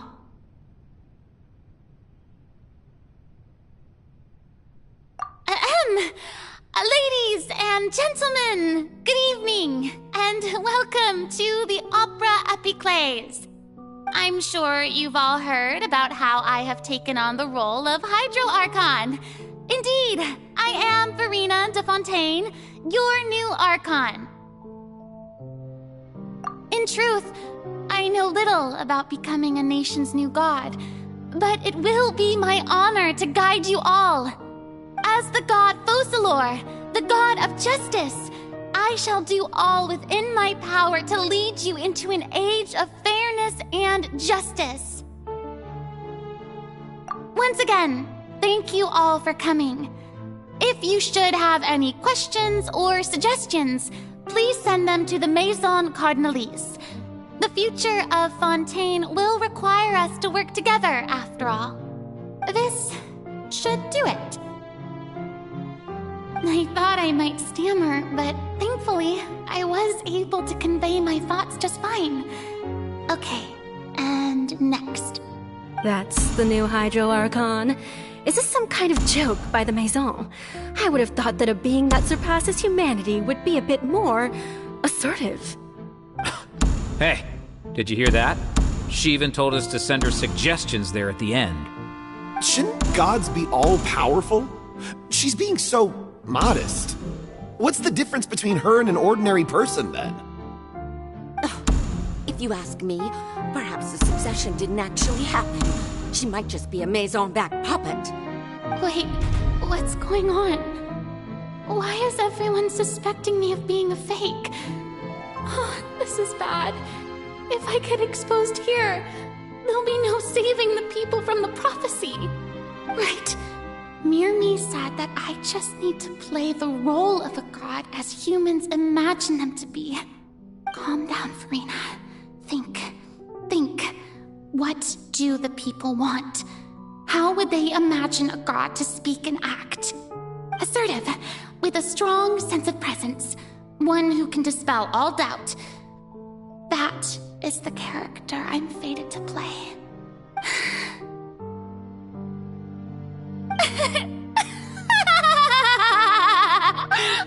Oh, very good, my people. Only ones such as you are deserving of my rule. Now, I was wondering if some weak puppet were to one day come onto the stage and claim ownership of this opera house, would the children of Fontaine follow them? Well, it seems that you would all see right through them. Having passed my test, you are qualified to witness wondrous trials alongside my august self, here in this opera house. You may consider my previous act a door gift of sorts. I thought it was a debut that suited the atmosphere. Now then, let us be reintroduced. Ah, so that was just a performance. How could I have forgotten that we were inside an opera house? Her personality. It's quite shocking, to be honest, but I suppose it's a better look than before. Such a fascinating and bold deity. How wonderful! Our future may yet be bright after all. It seems I've turned them around. Best follow this flow and restart my accession speech. My dear people, whether you acknowledge me or not, whether you trust me or nay, I say to you, keep faith in your ardor for justice. We have heard it said that this nation's sins can no longer be washed away. Well, I say that justice is most fragrant when it blooms amid sin. The scales of justice should not weigh heavy in the hands of its God. On one side, it must carry fairness and justice. And on the other, praise and applause. May law be the prayer on our lips. May judgment be our worship. Let us light the fires and drink to the future of Fontaine. There is no trouble in this world that justice cannot solve. All that is needed is for you, my people, to believe in it, heart and soul. So long as I, the Archon Focalor, stand within the Opera Epiclese, so long as I stand before the Oratrice, I shall even judge the gods of this world!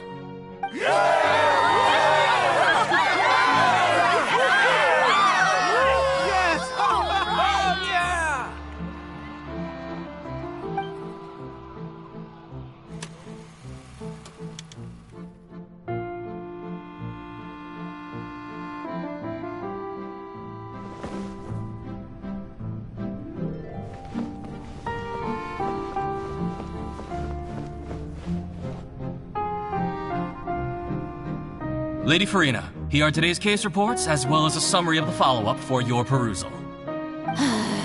Come now, was I not just at the Opera House in person? Leave these kinds of things to Neuvillette. Besides, none of these trials were the one that I'm looking forward to the most. If I may be so impertinent, what kind of trial are you truly looking forward to? A magnificent, dramatic, and wondrous trial. A trial to end all things. How could you hope to understand? That's true. I fear I lack the ability to grasp your divine thought, Lady Archon. No need for fright, and do not take what I said before too seriously. Go now, do your duties. The trial I await. It will come one day.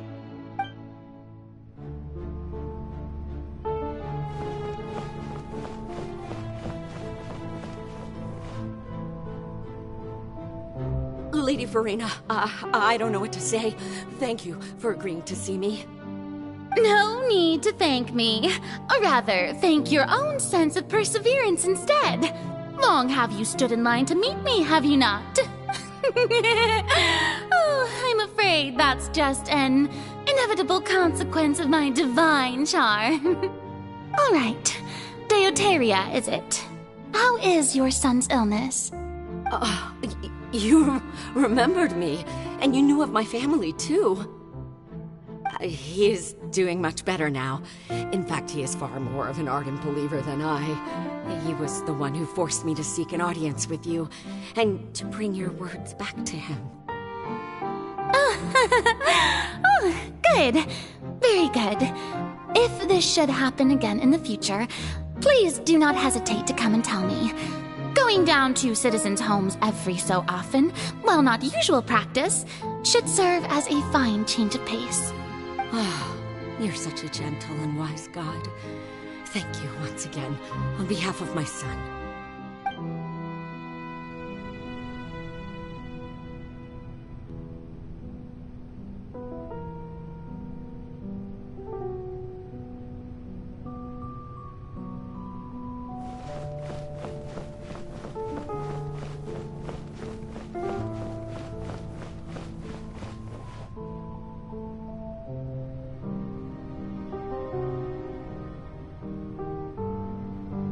Lady Farina, here are the latest hydrological reports.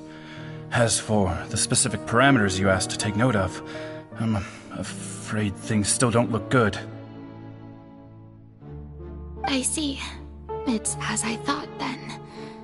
As your god, I did already expect this, but I wanted to see how far your human wisdom would allow you to analyze it. All manner of signs indicate that the prophecy will still come to pass. Forget it. That's not something you need to worry about right now. Well, as I understand it, the Fontaine Research Institute is also trying to find a way to counter the rising water levels. Really? Have they found anything? I'm afraid that they haven't found any effective solution thus far. Is that so?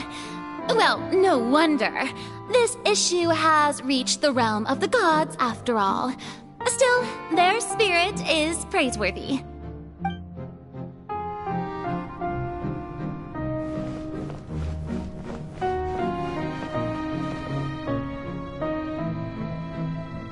The day is finally over. I haven't had a moment to breathe this whole time. But it's good to see that everything's getting on track. There are no longer any voices of suspicion. Maybe this is fine.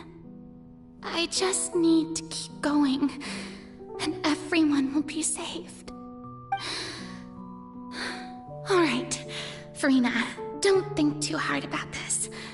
You need rest. Tomorrow's a new day.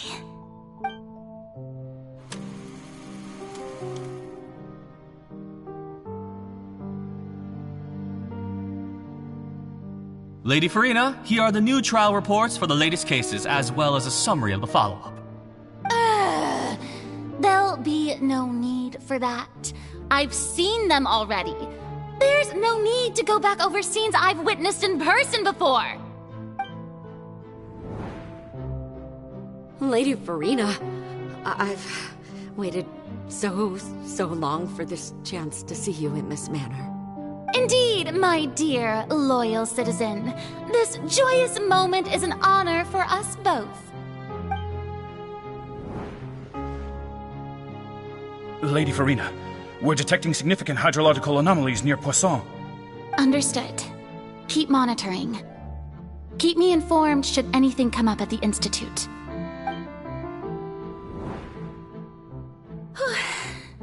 I don't think I let anything slip today. I must show the people that there is nothing to worry about. I just don't know when these days will end. I feel utterly exhausted. Best to rest early today, too.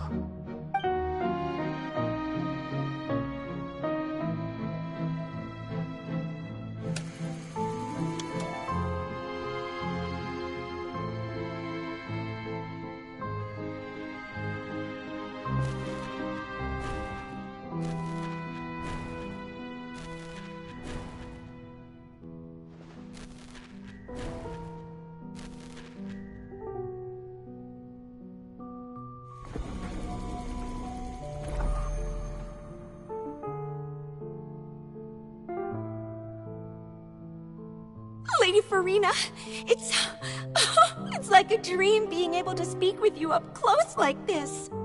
I've heard that the first member of our family who was honored to receive an audience with you was Madame Dioteria, almost 20 generations ago.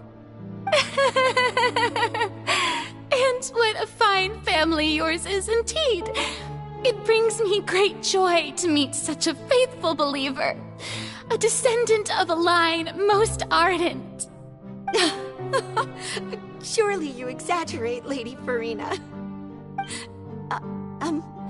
My lady? What is it, good citizen? Oh, are you crying? Oh,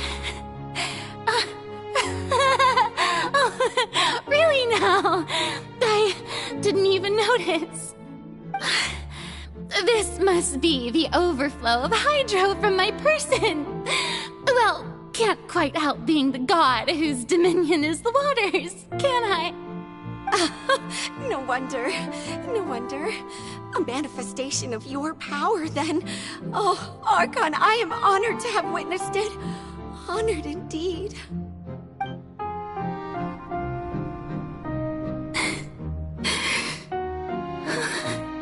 So interminable.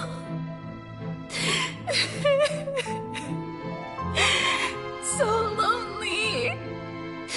Just how much longer? Hundreds of years must have passed by now. Perhaps the show must go on for hundreds more. I never imagined that it would hurt so much. Have I reached my limit? No. Perhaps I reached it long ago. Today I didn't even notice my own tears. I want to tell someone, anyone, about this. But would that not destroy all I've done so far? I've conducted so many investigations across the centuries, but there's not even a sliver of hope that we might break the prophecy. All I can do is keep heart. I must maintain this act. It is the only way to save Fontaine. Please, mirror me. You have to succeed.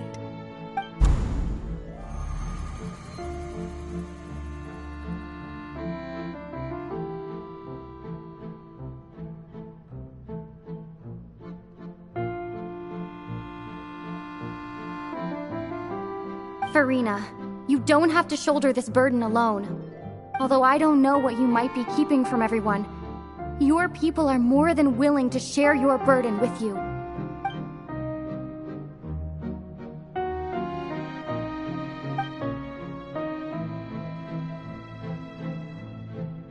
Share my burden. That's impossible. It was fated right from the start that this would be my duty alone. But even if your burden doesn't need to be shared, you can still choose to confide in someone. Just share it with me. I'm what you'd call a witness. A witness? Yes, I've heard that you came to Tevat from beyond the stars, yes. In other words, you never belonged here. And if Tevat is, in its entirety, a show on a stage, then you're just a spectator, aren't you? If that's the case... She's right. I could confide in her, couldn't I? But if things don't play out as expected, the people of Fontaine will be the ones to pay the price. No, Farina. You shouldn't be selfish. But what if it's really alright? Farina, you've worked so hard for so long. Surely it would be okay to put yourself first for once. Just this once. Is it such an outrageous thing to do anyway? To find someone in whom you can confide your frustrations and sorrows. Surely it could not hurt. If you let this opportunity slip through your fingers, it might never come by again. Think about it long and hard.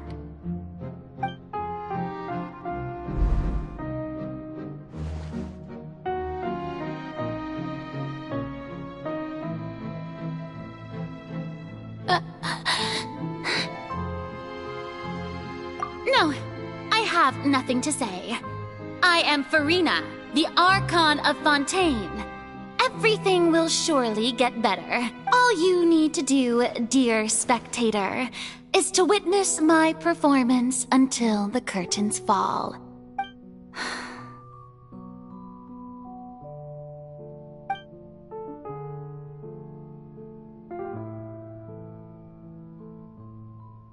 Fine.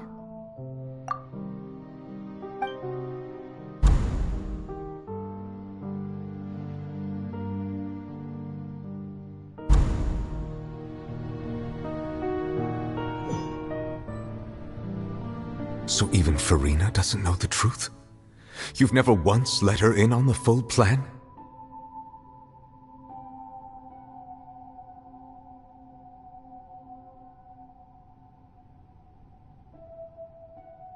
Yes, it had to be done. To deceive the heavenly principles, you must first deceive yourself. She did very well. If she had let her resolve falter even once in these 5 centuries, Fontaine would have been doomed to the most tragic fate. It seems that trusting humanity was the right decision after all. I believe that I understand how your deception works, but that is only half the truth, is it not? How would you build on this foundation to save the people of Fontaine? That is the most important thing. Ah, good, good. Of course, the Iudex of Fontaine has pinpointed the crux of the issue. I'm sure you've long sensed that the Oratrice is no simple machine, yes? I've always suspected that it had its own consciousness. And Lenny did mention that he heard a human voice within the core chamber. It now seems that that person was you, hidden within the machine all along. Am I right? And then I became one with the Oratrice, taking Fontaine's gnosis with me. Yes, it would seem so, wouldn't it? Alas, your understanding of this device still lacks sufficient depth. In truth, it is no enactor of justice. It is, in fact, a device created to kill the god of justice. I beg your pardon? Oh, you have it. And to be more precise, not only will the Oratrice take down the god of justice, it will also take down the divine throne upon which she has been placed. I mean, did you think I would be the sort to enjoy peaceful repose while Farina suffered? My work over these last 500 years has been to constantly accumulate indemnitium within the Oratrice. But really, some have already discovered that only a small fraction of the energy generated by the device was ever used to provide power to Fontaine. The vast majority had to be, accumulated to enact this death sentence. It was all a part of your plan, then? Both the trial and the sentence? Indeed. This power, accrued over 5 centuries, could have sustained Fontainians for millennia had it only been used for that purpose. Almost all of it has now been stored within the Oratrice.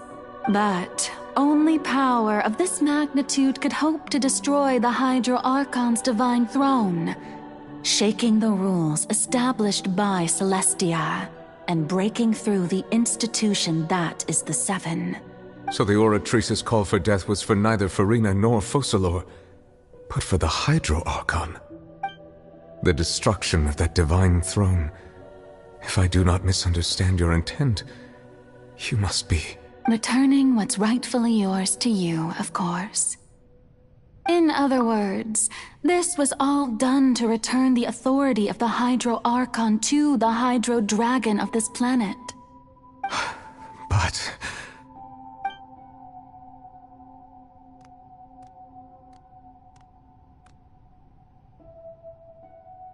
Oh, what? Getting sad again, are we?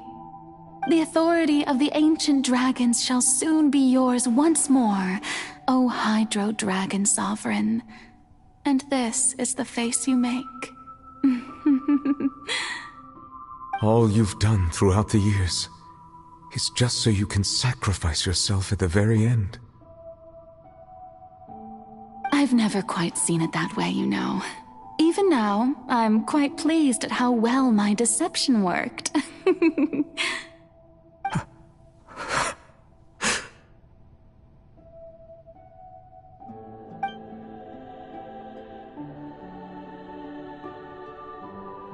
Hydro Dragon, don't cry. I must say, had it been within my rights, I would have loved to judge the heavenly principles themselves. Were they not guilty of essentially the same crime? Egeria stole the power of the primordial sea, and the heavenly principles stole the power you ancient dragons possessed. I, for my part, am the god of justice. And is it not just that your original powers should be returned to you? Speaking of justice, I have always believed that justice lies in the process of pursuing human existence itself. So, if the theft of the primordial sea's might was Fontaine's original sin, then, leaving matters of procedural right and wrong aside, the descent of the Fontanians as humans and their right to exist in this world would be Fontaine's original justice. In other words, existence was Egeria's justice, and to me, justice is the continuation of that existence.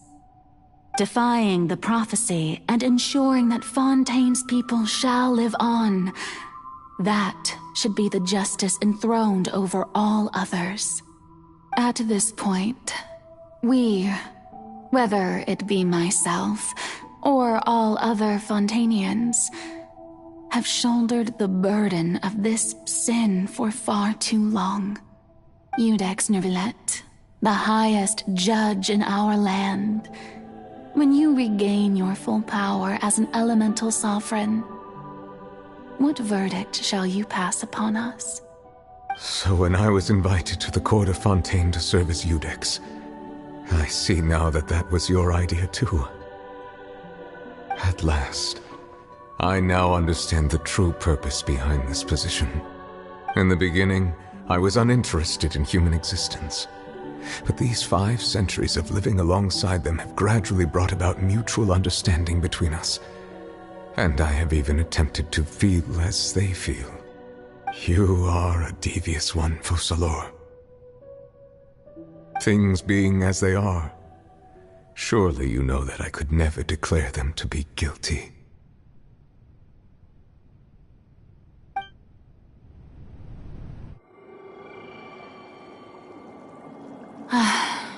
The hour of my execution is almost here. For the sinner, the curtain call has come. I know I may not sound it, but faced with death, I find myself a little afraid. Perhaps this is one thing both gods and humans have in common.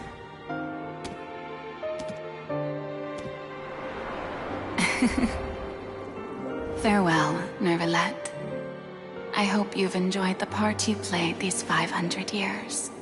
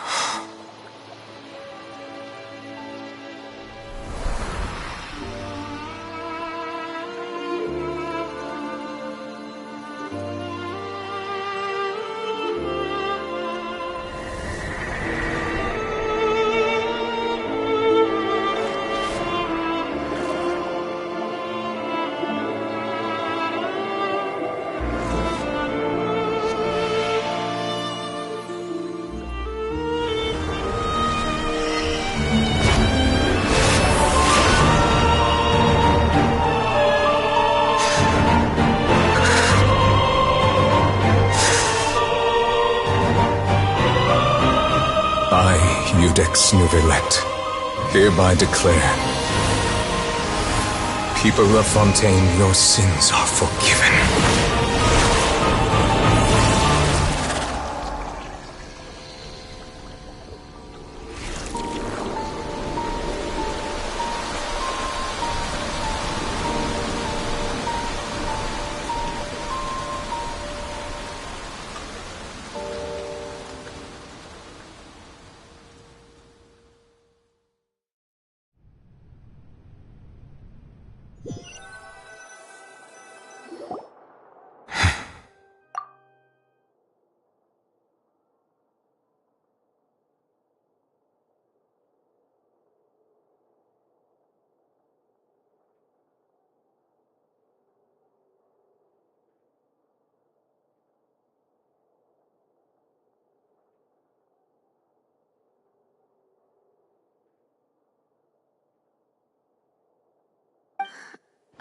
What just happened?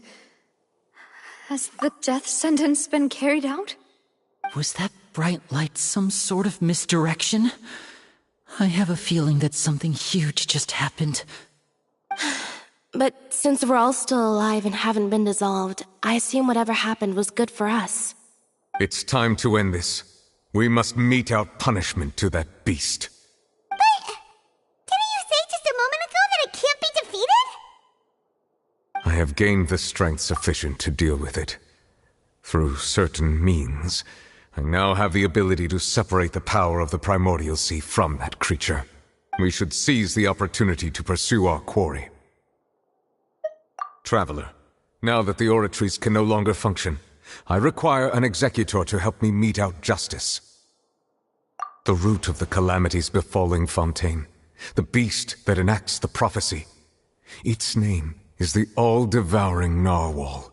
Come with me, traveler. The hour of execution has come.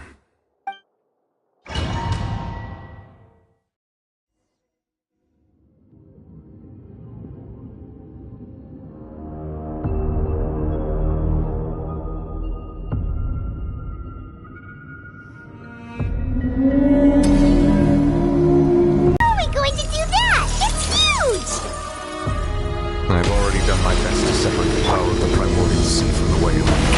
Considering the size of the beast, I cannot reach the power source. Unless we can find a way to attack it from within. We shall share a part of the ancient dragon's power with you. We'll look for an opening together.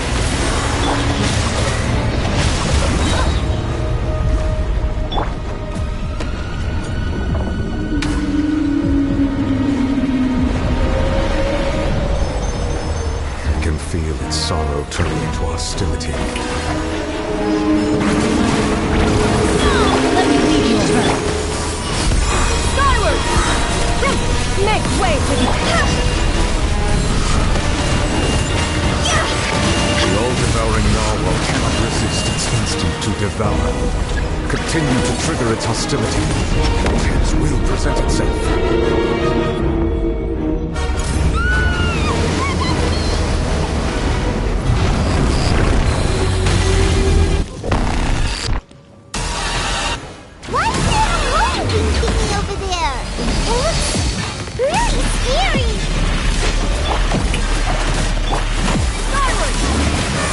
Rain outlines your fate. Body enough. Skyward! Let the world collide! I have granted you my protection. Do not fear. Seize the moment. Use my power to suppress its roots from within.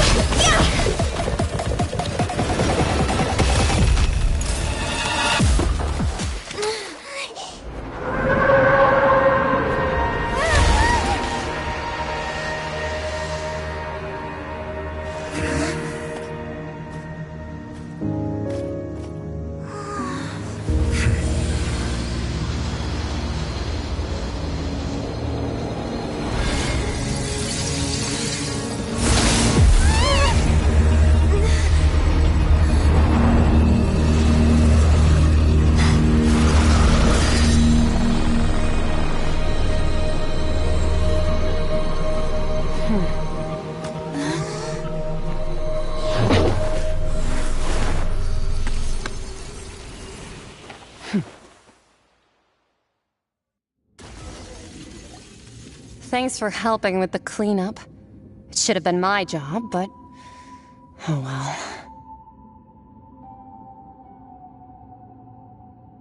It was just supposed to be a short private training session for me.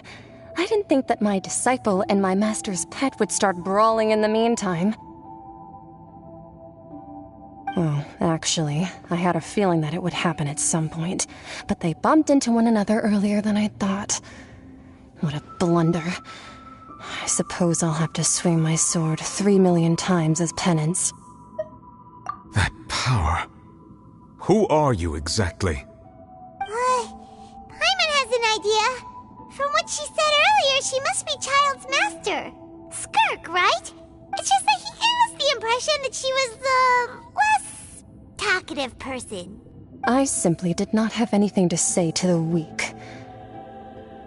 But you, on the other hand, managed to defeat the all-devouring narwhal without using power from beyond this world. So you may speak to me as equals. I have to agree. It's a strange use of a planet's primordial waters just to raise an all-devouring narwhal. That kind of power is wasted on it. It's not cooperative. It eats too much. And I have more important things to do with my time than pet sitting. The only thing that creature has going for it is its looks. All in all, it fails as a pet.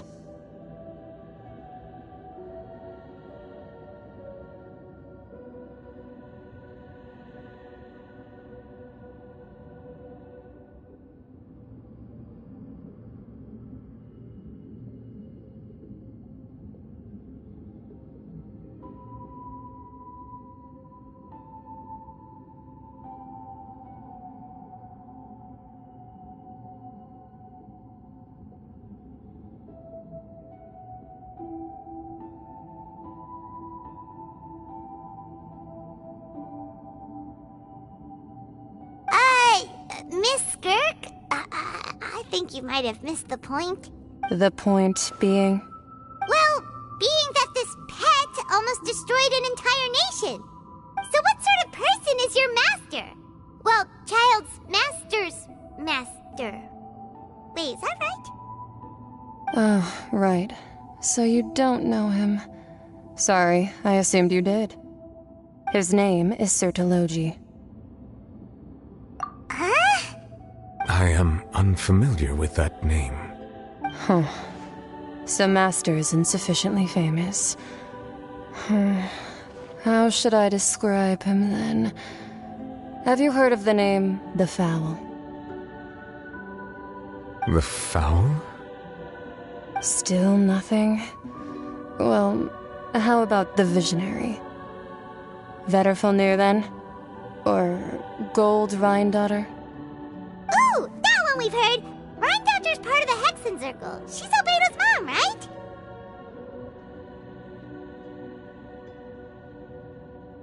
Oh, so you do know that name.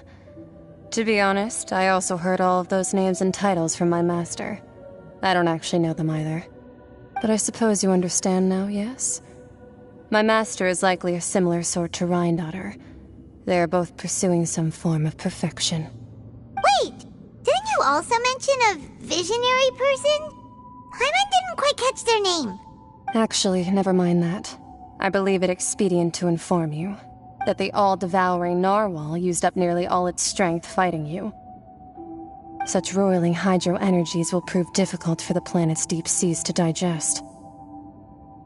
As such, the fontaine back on the surface has most likely been thrown into chaos. In other words, the prophecy that you've been fretting over should now be in full swing. What?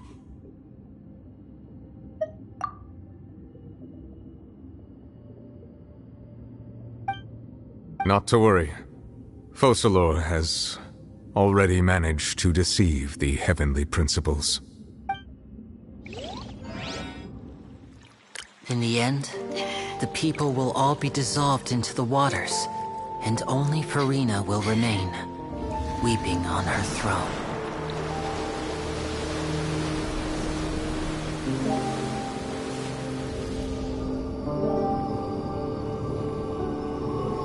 Only then will the sins of the people of Fontaine be washed away.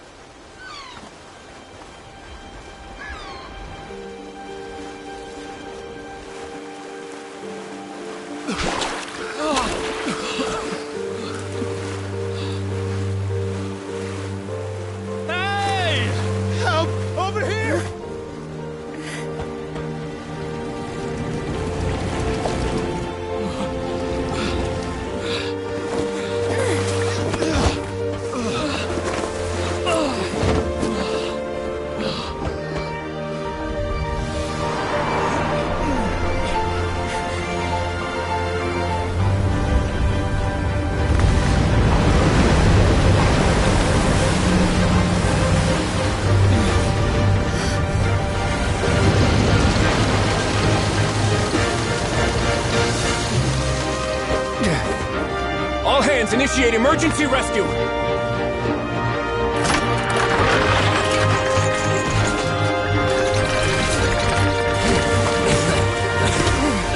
Hurry!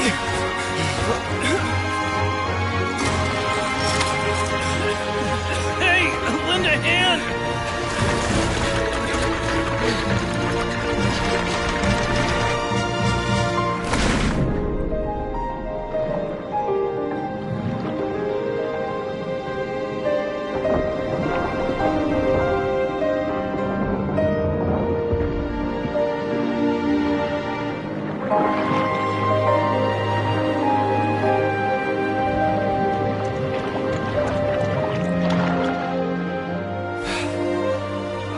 Look! The water's receding!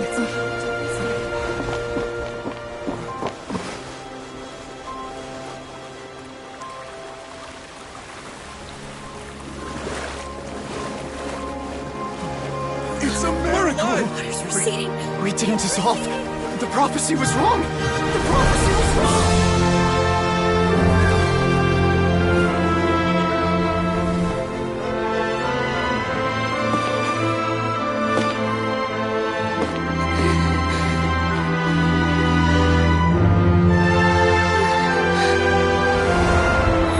Are you alright? Yeah. We're saved. The prophecy was wrong.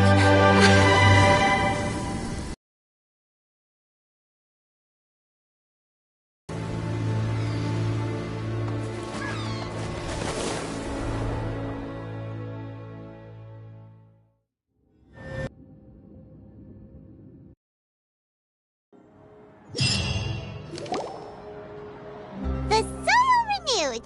The Spina di Rosula attacks post-disaster rebuilding.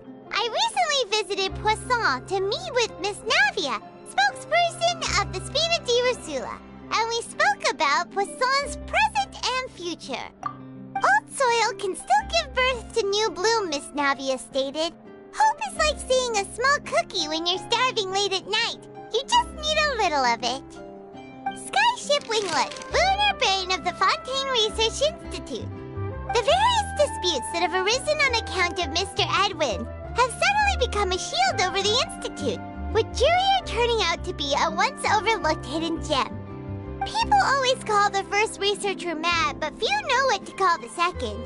And should that latter person achieve a miracle, they would find it all the harder to find a word with which to classify him and his team. Wow!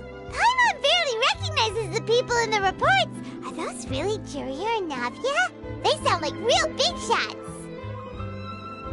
What do you think? Pretty enthralling, huh? The Steambird's idea was pretty simple. With the disaster just having passed, we would print a free edition packed to the margins with good news to calm people down. The value for these big scoops lies in their inevitable follow-ups. We'll publish further reports and go into the stories behind those people. Edwin's assistant, Jurier, created a true flying ship, while Navia is leading people in the reconstruction of their home. I'm sure that these stories could draw even your well-traveled eye. Paimon's curious too! Wait a minute. Didn't we watch everything happen from start to finish? What's there to be curious about? And that's exactly why I'd like you to come conduct interviews with me. You're the best incubators of news, if you haven't noticed. And also, with you around, I'm sure I'll get to see that Duke. Are you sure? Hasn't he turned you down several times already? Oh, this time will be different. Come on, let's head to Poisson first, and then make a trip to the fortress. There are some things you'll only know when you get there.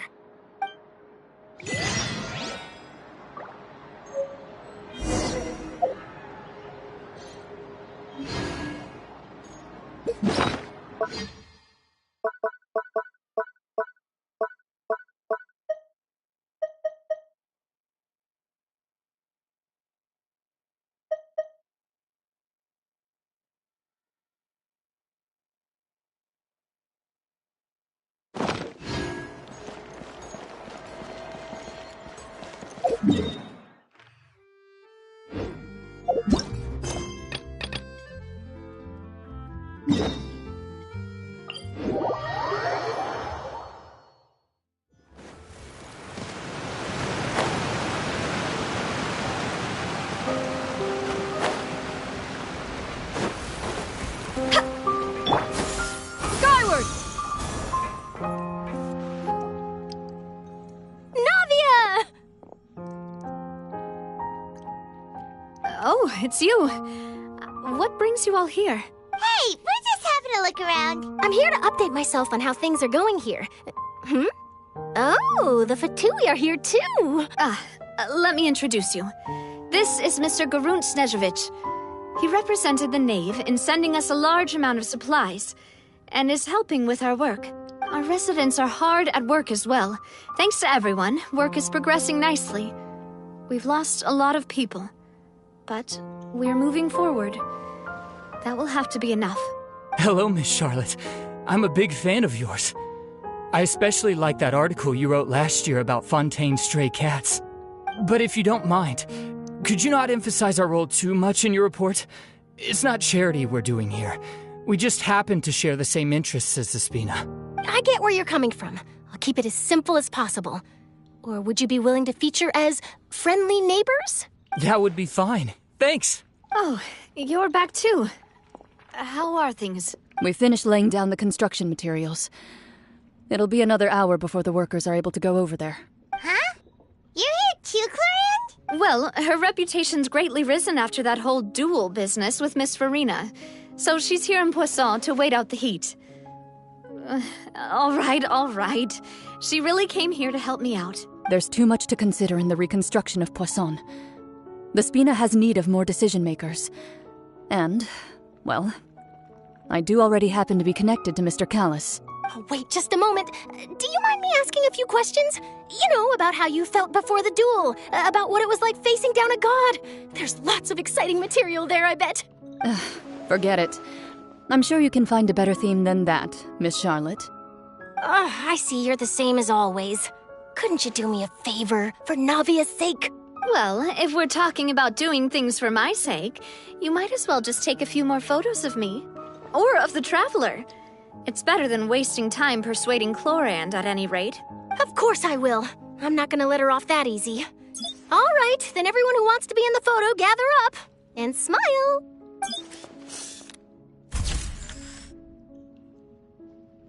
How did it go? Was it a good shot? Did Paimon look cute in it? Not bad. Your addition really helped the composition of the picture.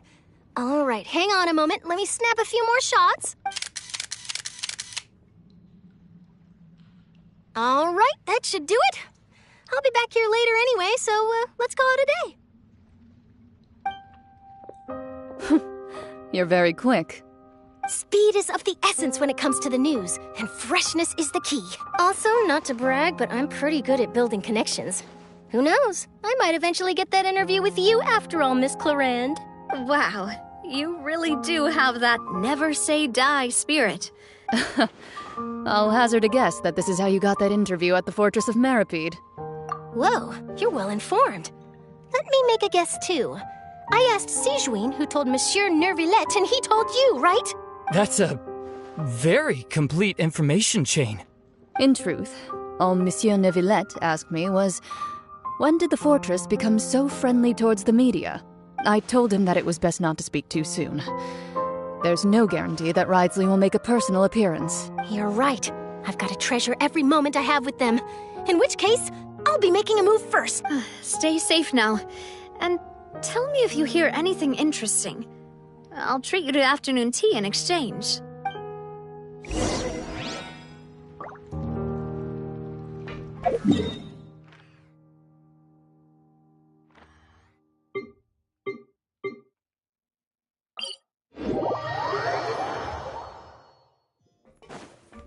Yeah! Scatter!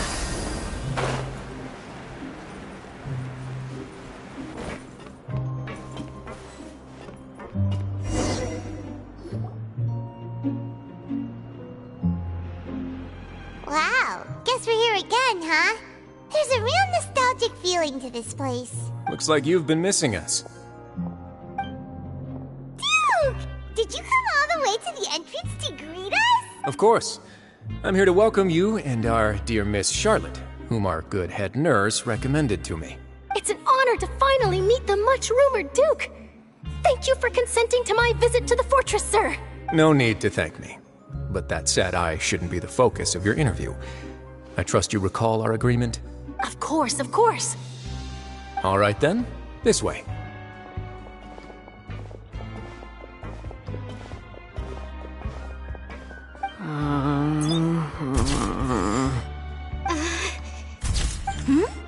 Hey, no need to be so nervous. I've already taken all the photos we need. Miss Charlotte, do these pictures really need to be published on the cover of the Steambird? It would seem that Miss Lorvine doesn't want her face to appear beside that of Mr. Jurier, Sir, please don't say things like that. But it looks like dear Mr. Jurier denies it. Might this interview be very important to you, then? No, I just... This is my first time being interviewed, and I'm very thankful to the Steambird for... Now, I might not look it, but I actually did meet Mr. Edwin once. And I'll be honest, I enjoyed chatting with you more. You've definitely got more of that genius vibe going on. The boat that brought about a miracle, the ark that saved the people. Why, you recreated a myth back there, like an emissary of legend. Still, if I might ask, where's that flying ship now? Huh! Looks like Charlotte's trying to get herself another exclusive scoop. I have to apologize, but that ship is presently in the bowels of our factory. I'm afraid it won't be easy for you to get a shot of it. Really? Well, then in that case, could I have an interview with you to make up for that loss?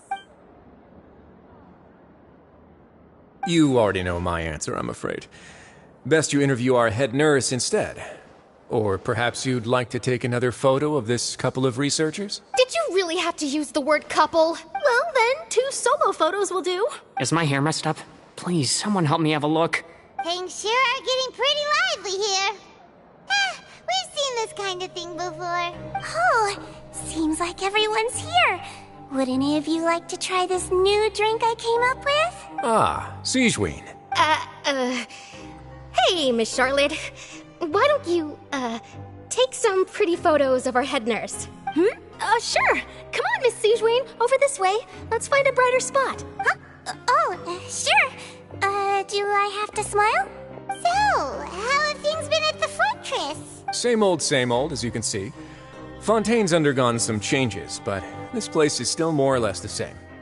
Other than that flying ship, it got a tad too much attention, I think. That's why I decided to let the interview go through. We should direct more public opinions toward the behind-the-scenes heroes. Am I right, Mr. Jurier? Miss Lorvine? You're too kind, sir. I believe that you too should have your day in the sun. Not that you would want that, which is a pity. I'll just leave the spotlight to you two. I see. Lots of things happened that day, huh? Anyway, regarding that Harbinger, I'm not sure you remember, but his 3 young followers are still waiting for his return. He sure did win them over, huh? I'll tell them that there's good news and bad news. The good being that their boss seems fine, and the bad being that they must face extended sentences for abetting his escape. Oh, actually, what about you? Are things gonna change for you too? What change can there be? The fortress will keep chugging along, and so will my duties. As to what Miss Farina's departure will mean for the nation, and if our laws and governance will be transformed, we'll leave those to the folks in the overworld. Hey everyone, the photo shoot's done. Good. In that case, let's call it a day here. Thanks for your cooperation. Come on, Traveler, let's go. Till next time, everyone. There'll be a next time? Maybe. Who knows? I might write a story about the underwater factory next time. Until then. All right, last stop, the docks.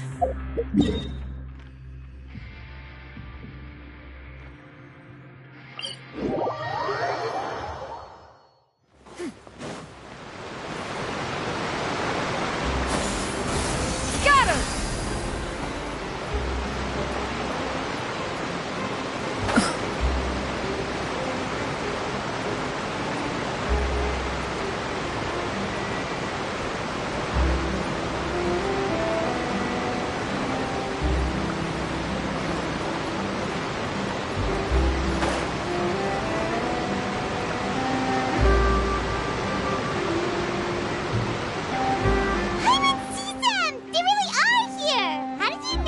Navia mentioned that she stayed in touch with Linny and the others after working together.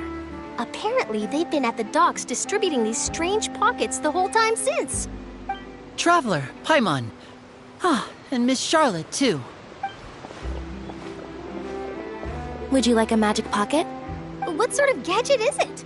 It's a wondrous bag that can be used to carry many things. The water level has returned to normal, but if you see any of your things floating around, you can use this to carry them. Or you could trick a friend into doing it for you. Trick a friend? I wonder which of my friends would fall for that. You could just make a friend like Fremine here. Isn't that right, Fremine? Is this what you meant by, I'll help you make some more friends? To be honest, that sounds pretty sweet. Could I have your contact, please? Sure. Please, write down my address. Lynette sure is working hard to help Fremine socialize. He was the one who proposed doing this. He even wants to assist in our magic shows. Yes, I was planning to first introduce Pear as an assistant, and later Fremine himself. In the future, I think we can leave underwater escape magic to him too. That said, would anyone want to see a diver escape underwater? Oh, it'll work out. Every journey begins with the first step. He'll become a part of our show eventually. Lynette, could you come over? Miss Charlotte says she wants to take a picture of us. Got it.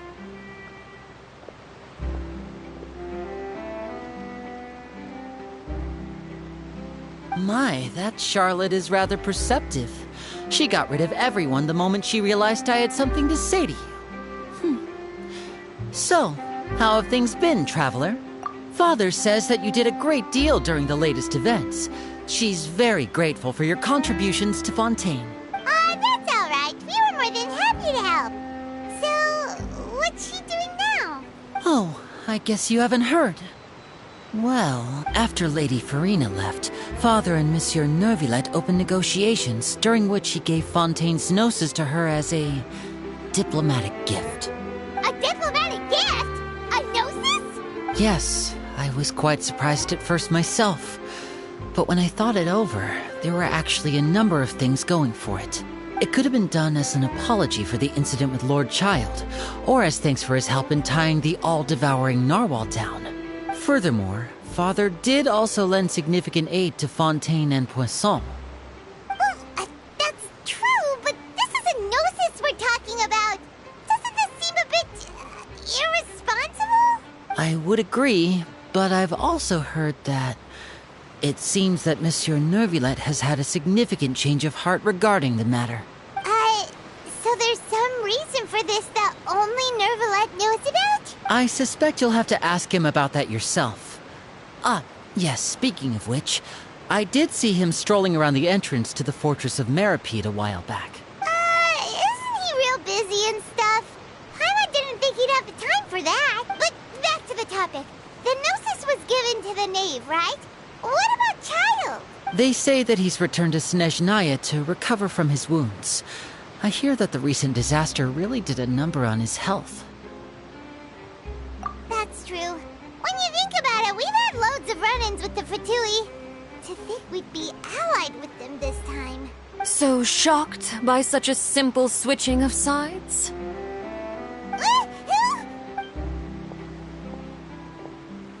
Father! Well, what do you know? Come to the docks to see how my children are doing and meet the Traveler by chance. Please do not pay my accomplishments in Fontaine too much mind. I would have done them regardless. Are you going to take the Gnosis back to Snezhnaya? That is our duty as Harbingers, yes.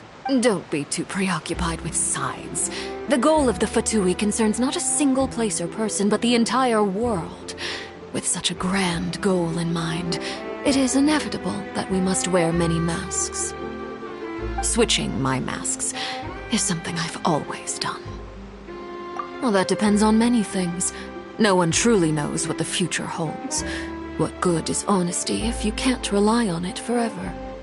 As for you, I very much look forward to our next collaboration.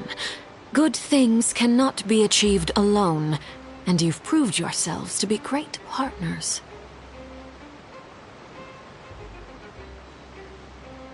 A vision?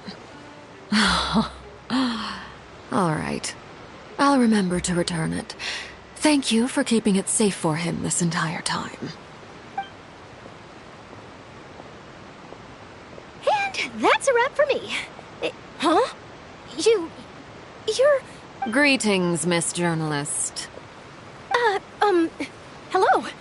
If I'm not mistaken, there are diplomatic channels I'll need to report to take a photo of you. That is correct. So forgive me, but I will not be able to serve as a subject in your article. However, feel free to write as much as you'd like about our dear magicians and our upcoming rookie talent. I will. The sea breeze is quite pleasant. I shall continue my walk while the weather remains so agreeable. Farewell. Farewell, Father. Oh, she has such an intimidating presence. I didn't even dare to take a picture. Thankfully, I've already wrapped up all my pre-scheduled interviews. Thank you all. This'll be more than enough for me to write about, I'm sure. Don't be too nervous. Why don't you take a magic pocket before you go? Here, Traveler, Paimon, you take one too. To move things about? That's right. Funny. I was giving out magic pockets when we first met too. And what do you know? I'm doing the exact same thing right now. So many things have happened, but the pockets are still the pockets. I guess this must be life. We will all follow our own paths, and serendipity will lead you to your fated friends. All right then. We'll be handing out pockets in some other districts later, so we'll get going now. Have a good day, you two. Well, guess we sent Charlotte, huh? Shall we go see what Neverlette's doing? I promise.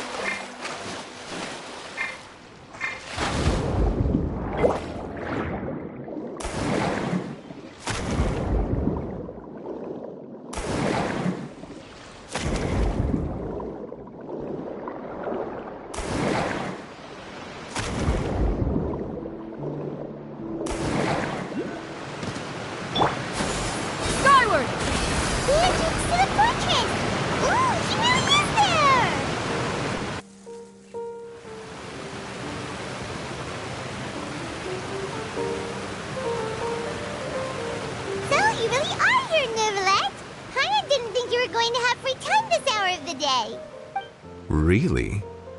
Oh, I suppose you must have met Mr. Linney. He took the time to greet me earlier when he passed this way. In any case, you came at a good time. I was just considering reaching out to you to set up a meeting. so I may explain some things that I haven't had the time to before. Aw, Paimon's glad that you remembered. Thank you for keeping us on your mind, what with you being busy and all. Alright, let's have it then. How was Fontaine actually saved? The whole business is still quite the mystery to us. It is strange how words can often leave a bitter taste in the mouth when it finally comes time to say them out loud.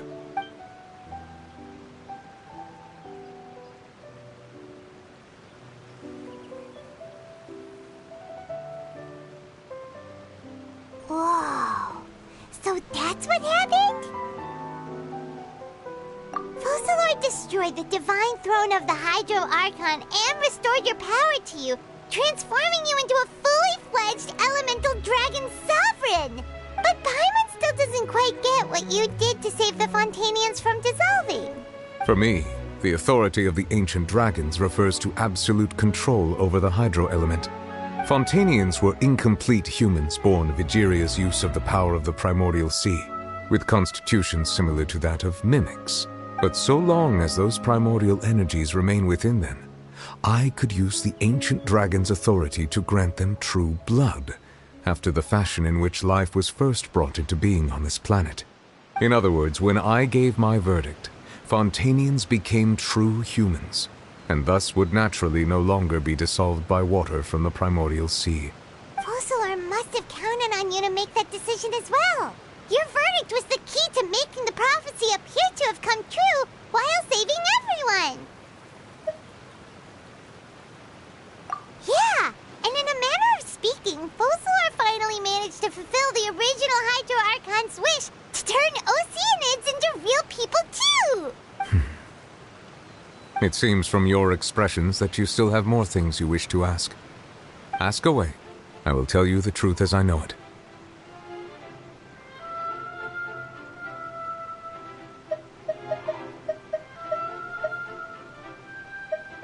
I have investigated his case along many avenues, and I have learned that he once fell into an unknown chasm when he was young.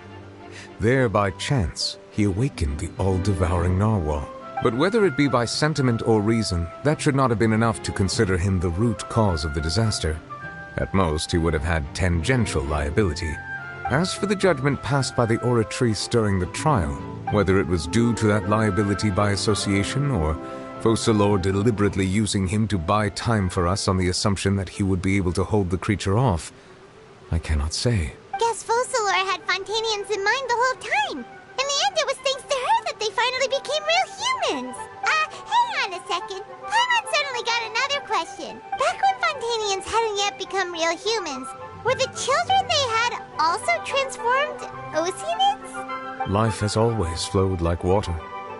Do you recall how Fontanians would often come to the Fountain of Lucine to pray for children? Yeah! Lynette said the fountain is where all the waters in Fontaine converge. In truth, even those couples did not know that such prayers were no mere custom, but instead a form of ritual. Those Oceanids who were blessed within the spring water would later descend as new humans in the coming months. Paimon sorta gets it now. Either way, it seems like this ritual won't be of any further use, but it'll probably live on as a local custom. Ask away. I will tell you the truth as I know it. Yeah, about that. Risley said Farina has already left. What's that all about? Ah, Lady Farina. The people are only aware that her death sentence has not been carried out. She abdicated the post of Hydro Archon and left affairs related to that title to me, before leaving the Opera House. I related Focalor's words to her faithfully and completely. After hearing them, she seemed neither saddened nor comforted. She simply said that she was tired and needed to rest. Having said that, she then packed her things and moved out of the Opera House, not unlike how an ordinary person might. But she's still got a place to stay, right? You need not worry. I will make arrangements to ensure that she will not want for food, clothing, board, or travel. In truth, I am somewhat happy for her. The wear and tear on her spirit will, of course, take time to heal. But now that she no longer has to play the role of Focalor the Hydro Archon, she can finally lay down her burdens and lead a normal life.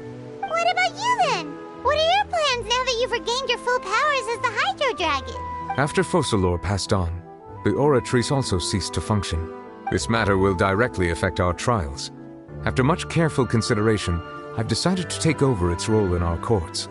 From now on, I shall hear cases and pass verdicts by myself. Looks like you're still considering stuff from the perspective of the Udex, huh? As an elemental dragon, there are indeed many things that I must do. But this power and this duty, in a manner of speaking, you could say that both were granted to me. As such, before I attend to my other responsibilities, I must first and foremost continue to serve Fontaine as its highest judge. The duty of the Hydro Sovereign and the duty of the Udex shall coexist within my person. Additionally, the Hydro Archon's departure has brought about another problem, which is that the Opera House shall no longer produce indemnitium. That's true. That power was derived from the people's faith in the Hydro Archon, wasn't it? Wait, but the various mechs and machines in the city are all still okay. Where are they getting their energy from? As I am now, I have full command over New Musia, and it can serve as a complete substitute. Another reason why I cannot quite leave Fontaine immediately. Wow. This ancient dragon's authority stuff is really quite useful, huh? Ask away. I will tell you the truth as I know it.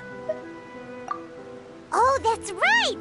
They say you've given it to the knave as a diplomatic gift or something! Leaving aside their intentionality, the two Fatui Harbingers have indeed done much for us during this crisis. Their sole remaining goal in Fontaine, at least at this point, would seem to be the Gnosis. The Oratrice has ceased to function. The Hydro Archon's divine throne is now no more, and I do not need the Gnosis's power. As such, it has lost all meaning for Fontaine. If the Fatui have impure designs, then we might as well accede to their request now, and avoid unnecessary conflict. What complicated considerations! Paimon thought you were just giving it to them out of gratitude to the knave and as an apology to Child. Ask away. I will tell you the truth as I know it. You will soon be heading to Natlan, I presume. I'm afraid that I have little talent as a travel guide, so all I can do is tell you what I know about that land. As far as I'm aware, Natlan can be said to be a nation of dragons. A nation of dragons? You mean like you? No, I suspect that I would not find myself welcome there. Unlike ancient dragons such as myself, the dragons of Natlan have undergone long years of development and evolution. Large numbers of them have entered a form of coexistence with humanity. Natlan is also the nation of war. War ravages those lands like an undying flame. There is one other piece of information I got incidentally from my negotiations with the knave that I believe may be useful to you. The Harbinger known as the Captain has thrown his hat into the endless ring of war. The Captain. Sounds like a real tough customer. Seriously, everywhere you look, there's a Fatui Harbinger doing their thing. I suggest that you fully prepare yourself before going to Natlan. In the meantime, Fontaine's doors will always be open to you. Ask away. I will tell you the truth as I know it. Hang on a sec. Paimon's still got a question about Gnosis. When we spoke to Linny earlier, he mentioned that your attitude towards giving away the Gnosis had clearly changed. We guessed that there might be some reason for it that only you were aware of. No wonder the House of the Hearth is the Fatui's intelligence division. They are certainly sharp. So regarding this specific issue, I was just getting ready to share something with you. What is it? In truth, I exchanged some further words with that lady named Skirk after sending you two back to the surface. It went something like this.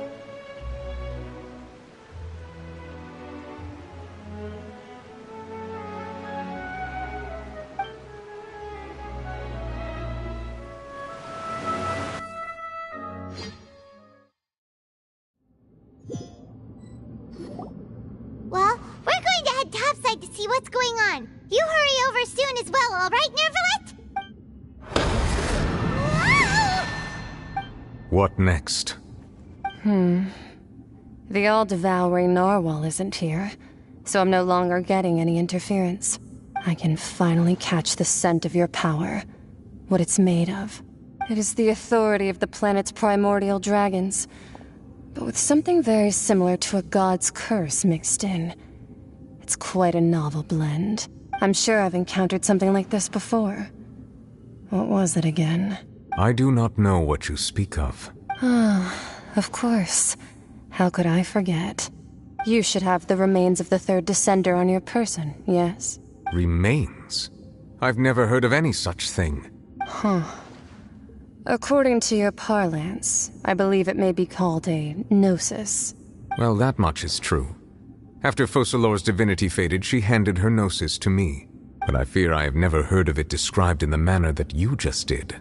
I've been training with my master, the Foul, ever since I was young, and I have never returned to the surface since. So most of the information I possess, I got from him. It is only natural for those who are greater than humanity to possess a different sort of common sense, which is why there are so many problems in our attempts to communicate with humans. Regardless, you should probably get rid of objects of misfortune to prevent any disasters from befalling you. To live in itself is a blessing. But once a person dies, the bonds he once had with this world shall all turn to curses. What do you mean by that? No need to fret. These are just my personal thoughts. This third descender you refer to, who are they? And when did they die? Master never mentioned them to me. Perhaps it just wasn't that important for me to know. If you're interested, though, I could ask him. I'll be sure to pass the answer on to you next time. Next time? You believe we will meet again? I do. Wait. I have a disciple of my own, don't I? He can be the messenger, then.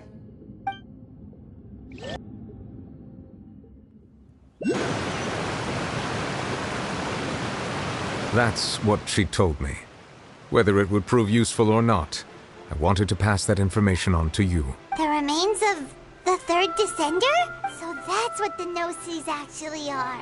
Paimon just thought they looked like chess pieces. How could they be a person's remains? All the same, assuming that there was no misunderstanding or special metaphor at play, that is what she meant to say.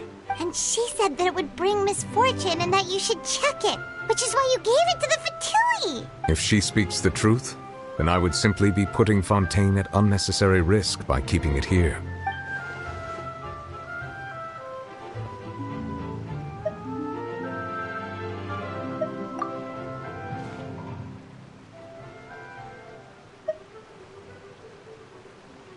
I had guessed that you might already be familiar with this concept, but I did not expect you to be one of them. That means that the Gnosis, which are exceedingly element-compatible and can even enhance elemental abilities, do indeed come from the third descender. I wonder, does your body also possess similar properties?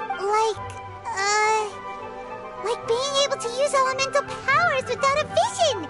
That does sort of count as special compatibility, right? No, let's not think about this stuff right now. It just feels creepy. Comparing the Traveler to the dead third descender and all. That's what you say, but this topic still feels like bad luck. Once Child recovers, let's get some more answers out of him. Or go look for his master and get the answers that way. I too believe it unwise to make too many blind guesses when information is lacking. The same is true of being at court. All right. Whatever the case, it seems like the crisis here in Fontaine's over for now. Yes. All of Focalor's efforts were for this moment as well. But she sacrificed herself in the end as a god, and she suffered through all those years as a human. Was that really what she wanted? I suppose that would be the mystery of a god's will. I suspect not. But once in a while I too would guess that if wishes were like the clouds in the sky, they will one day return to the earth as raindrops. Life flows like water, and rain is the final answer. The water levels may sometimes tilt one way or another, but the rain falls fairly upon all. And what, ultimately, is the difference between the rains that fall upon all of us?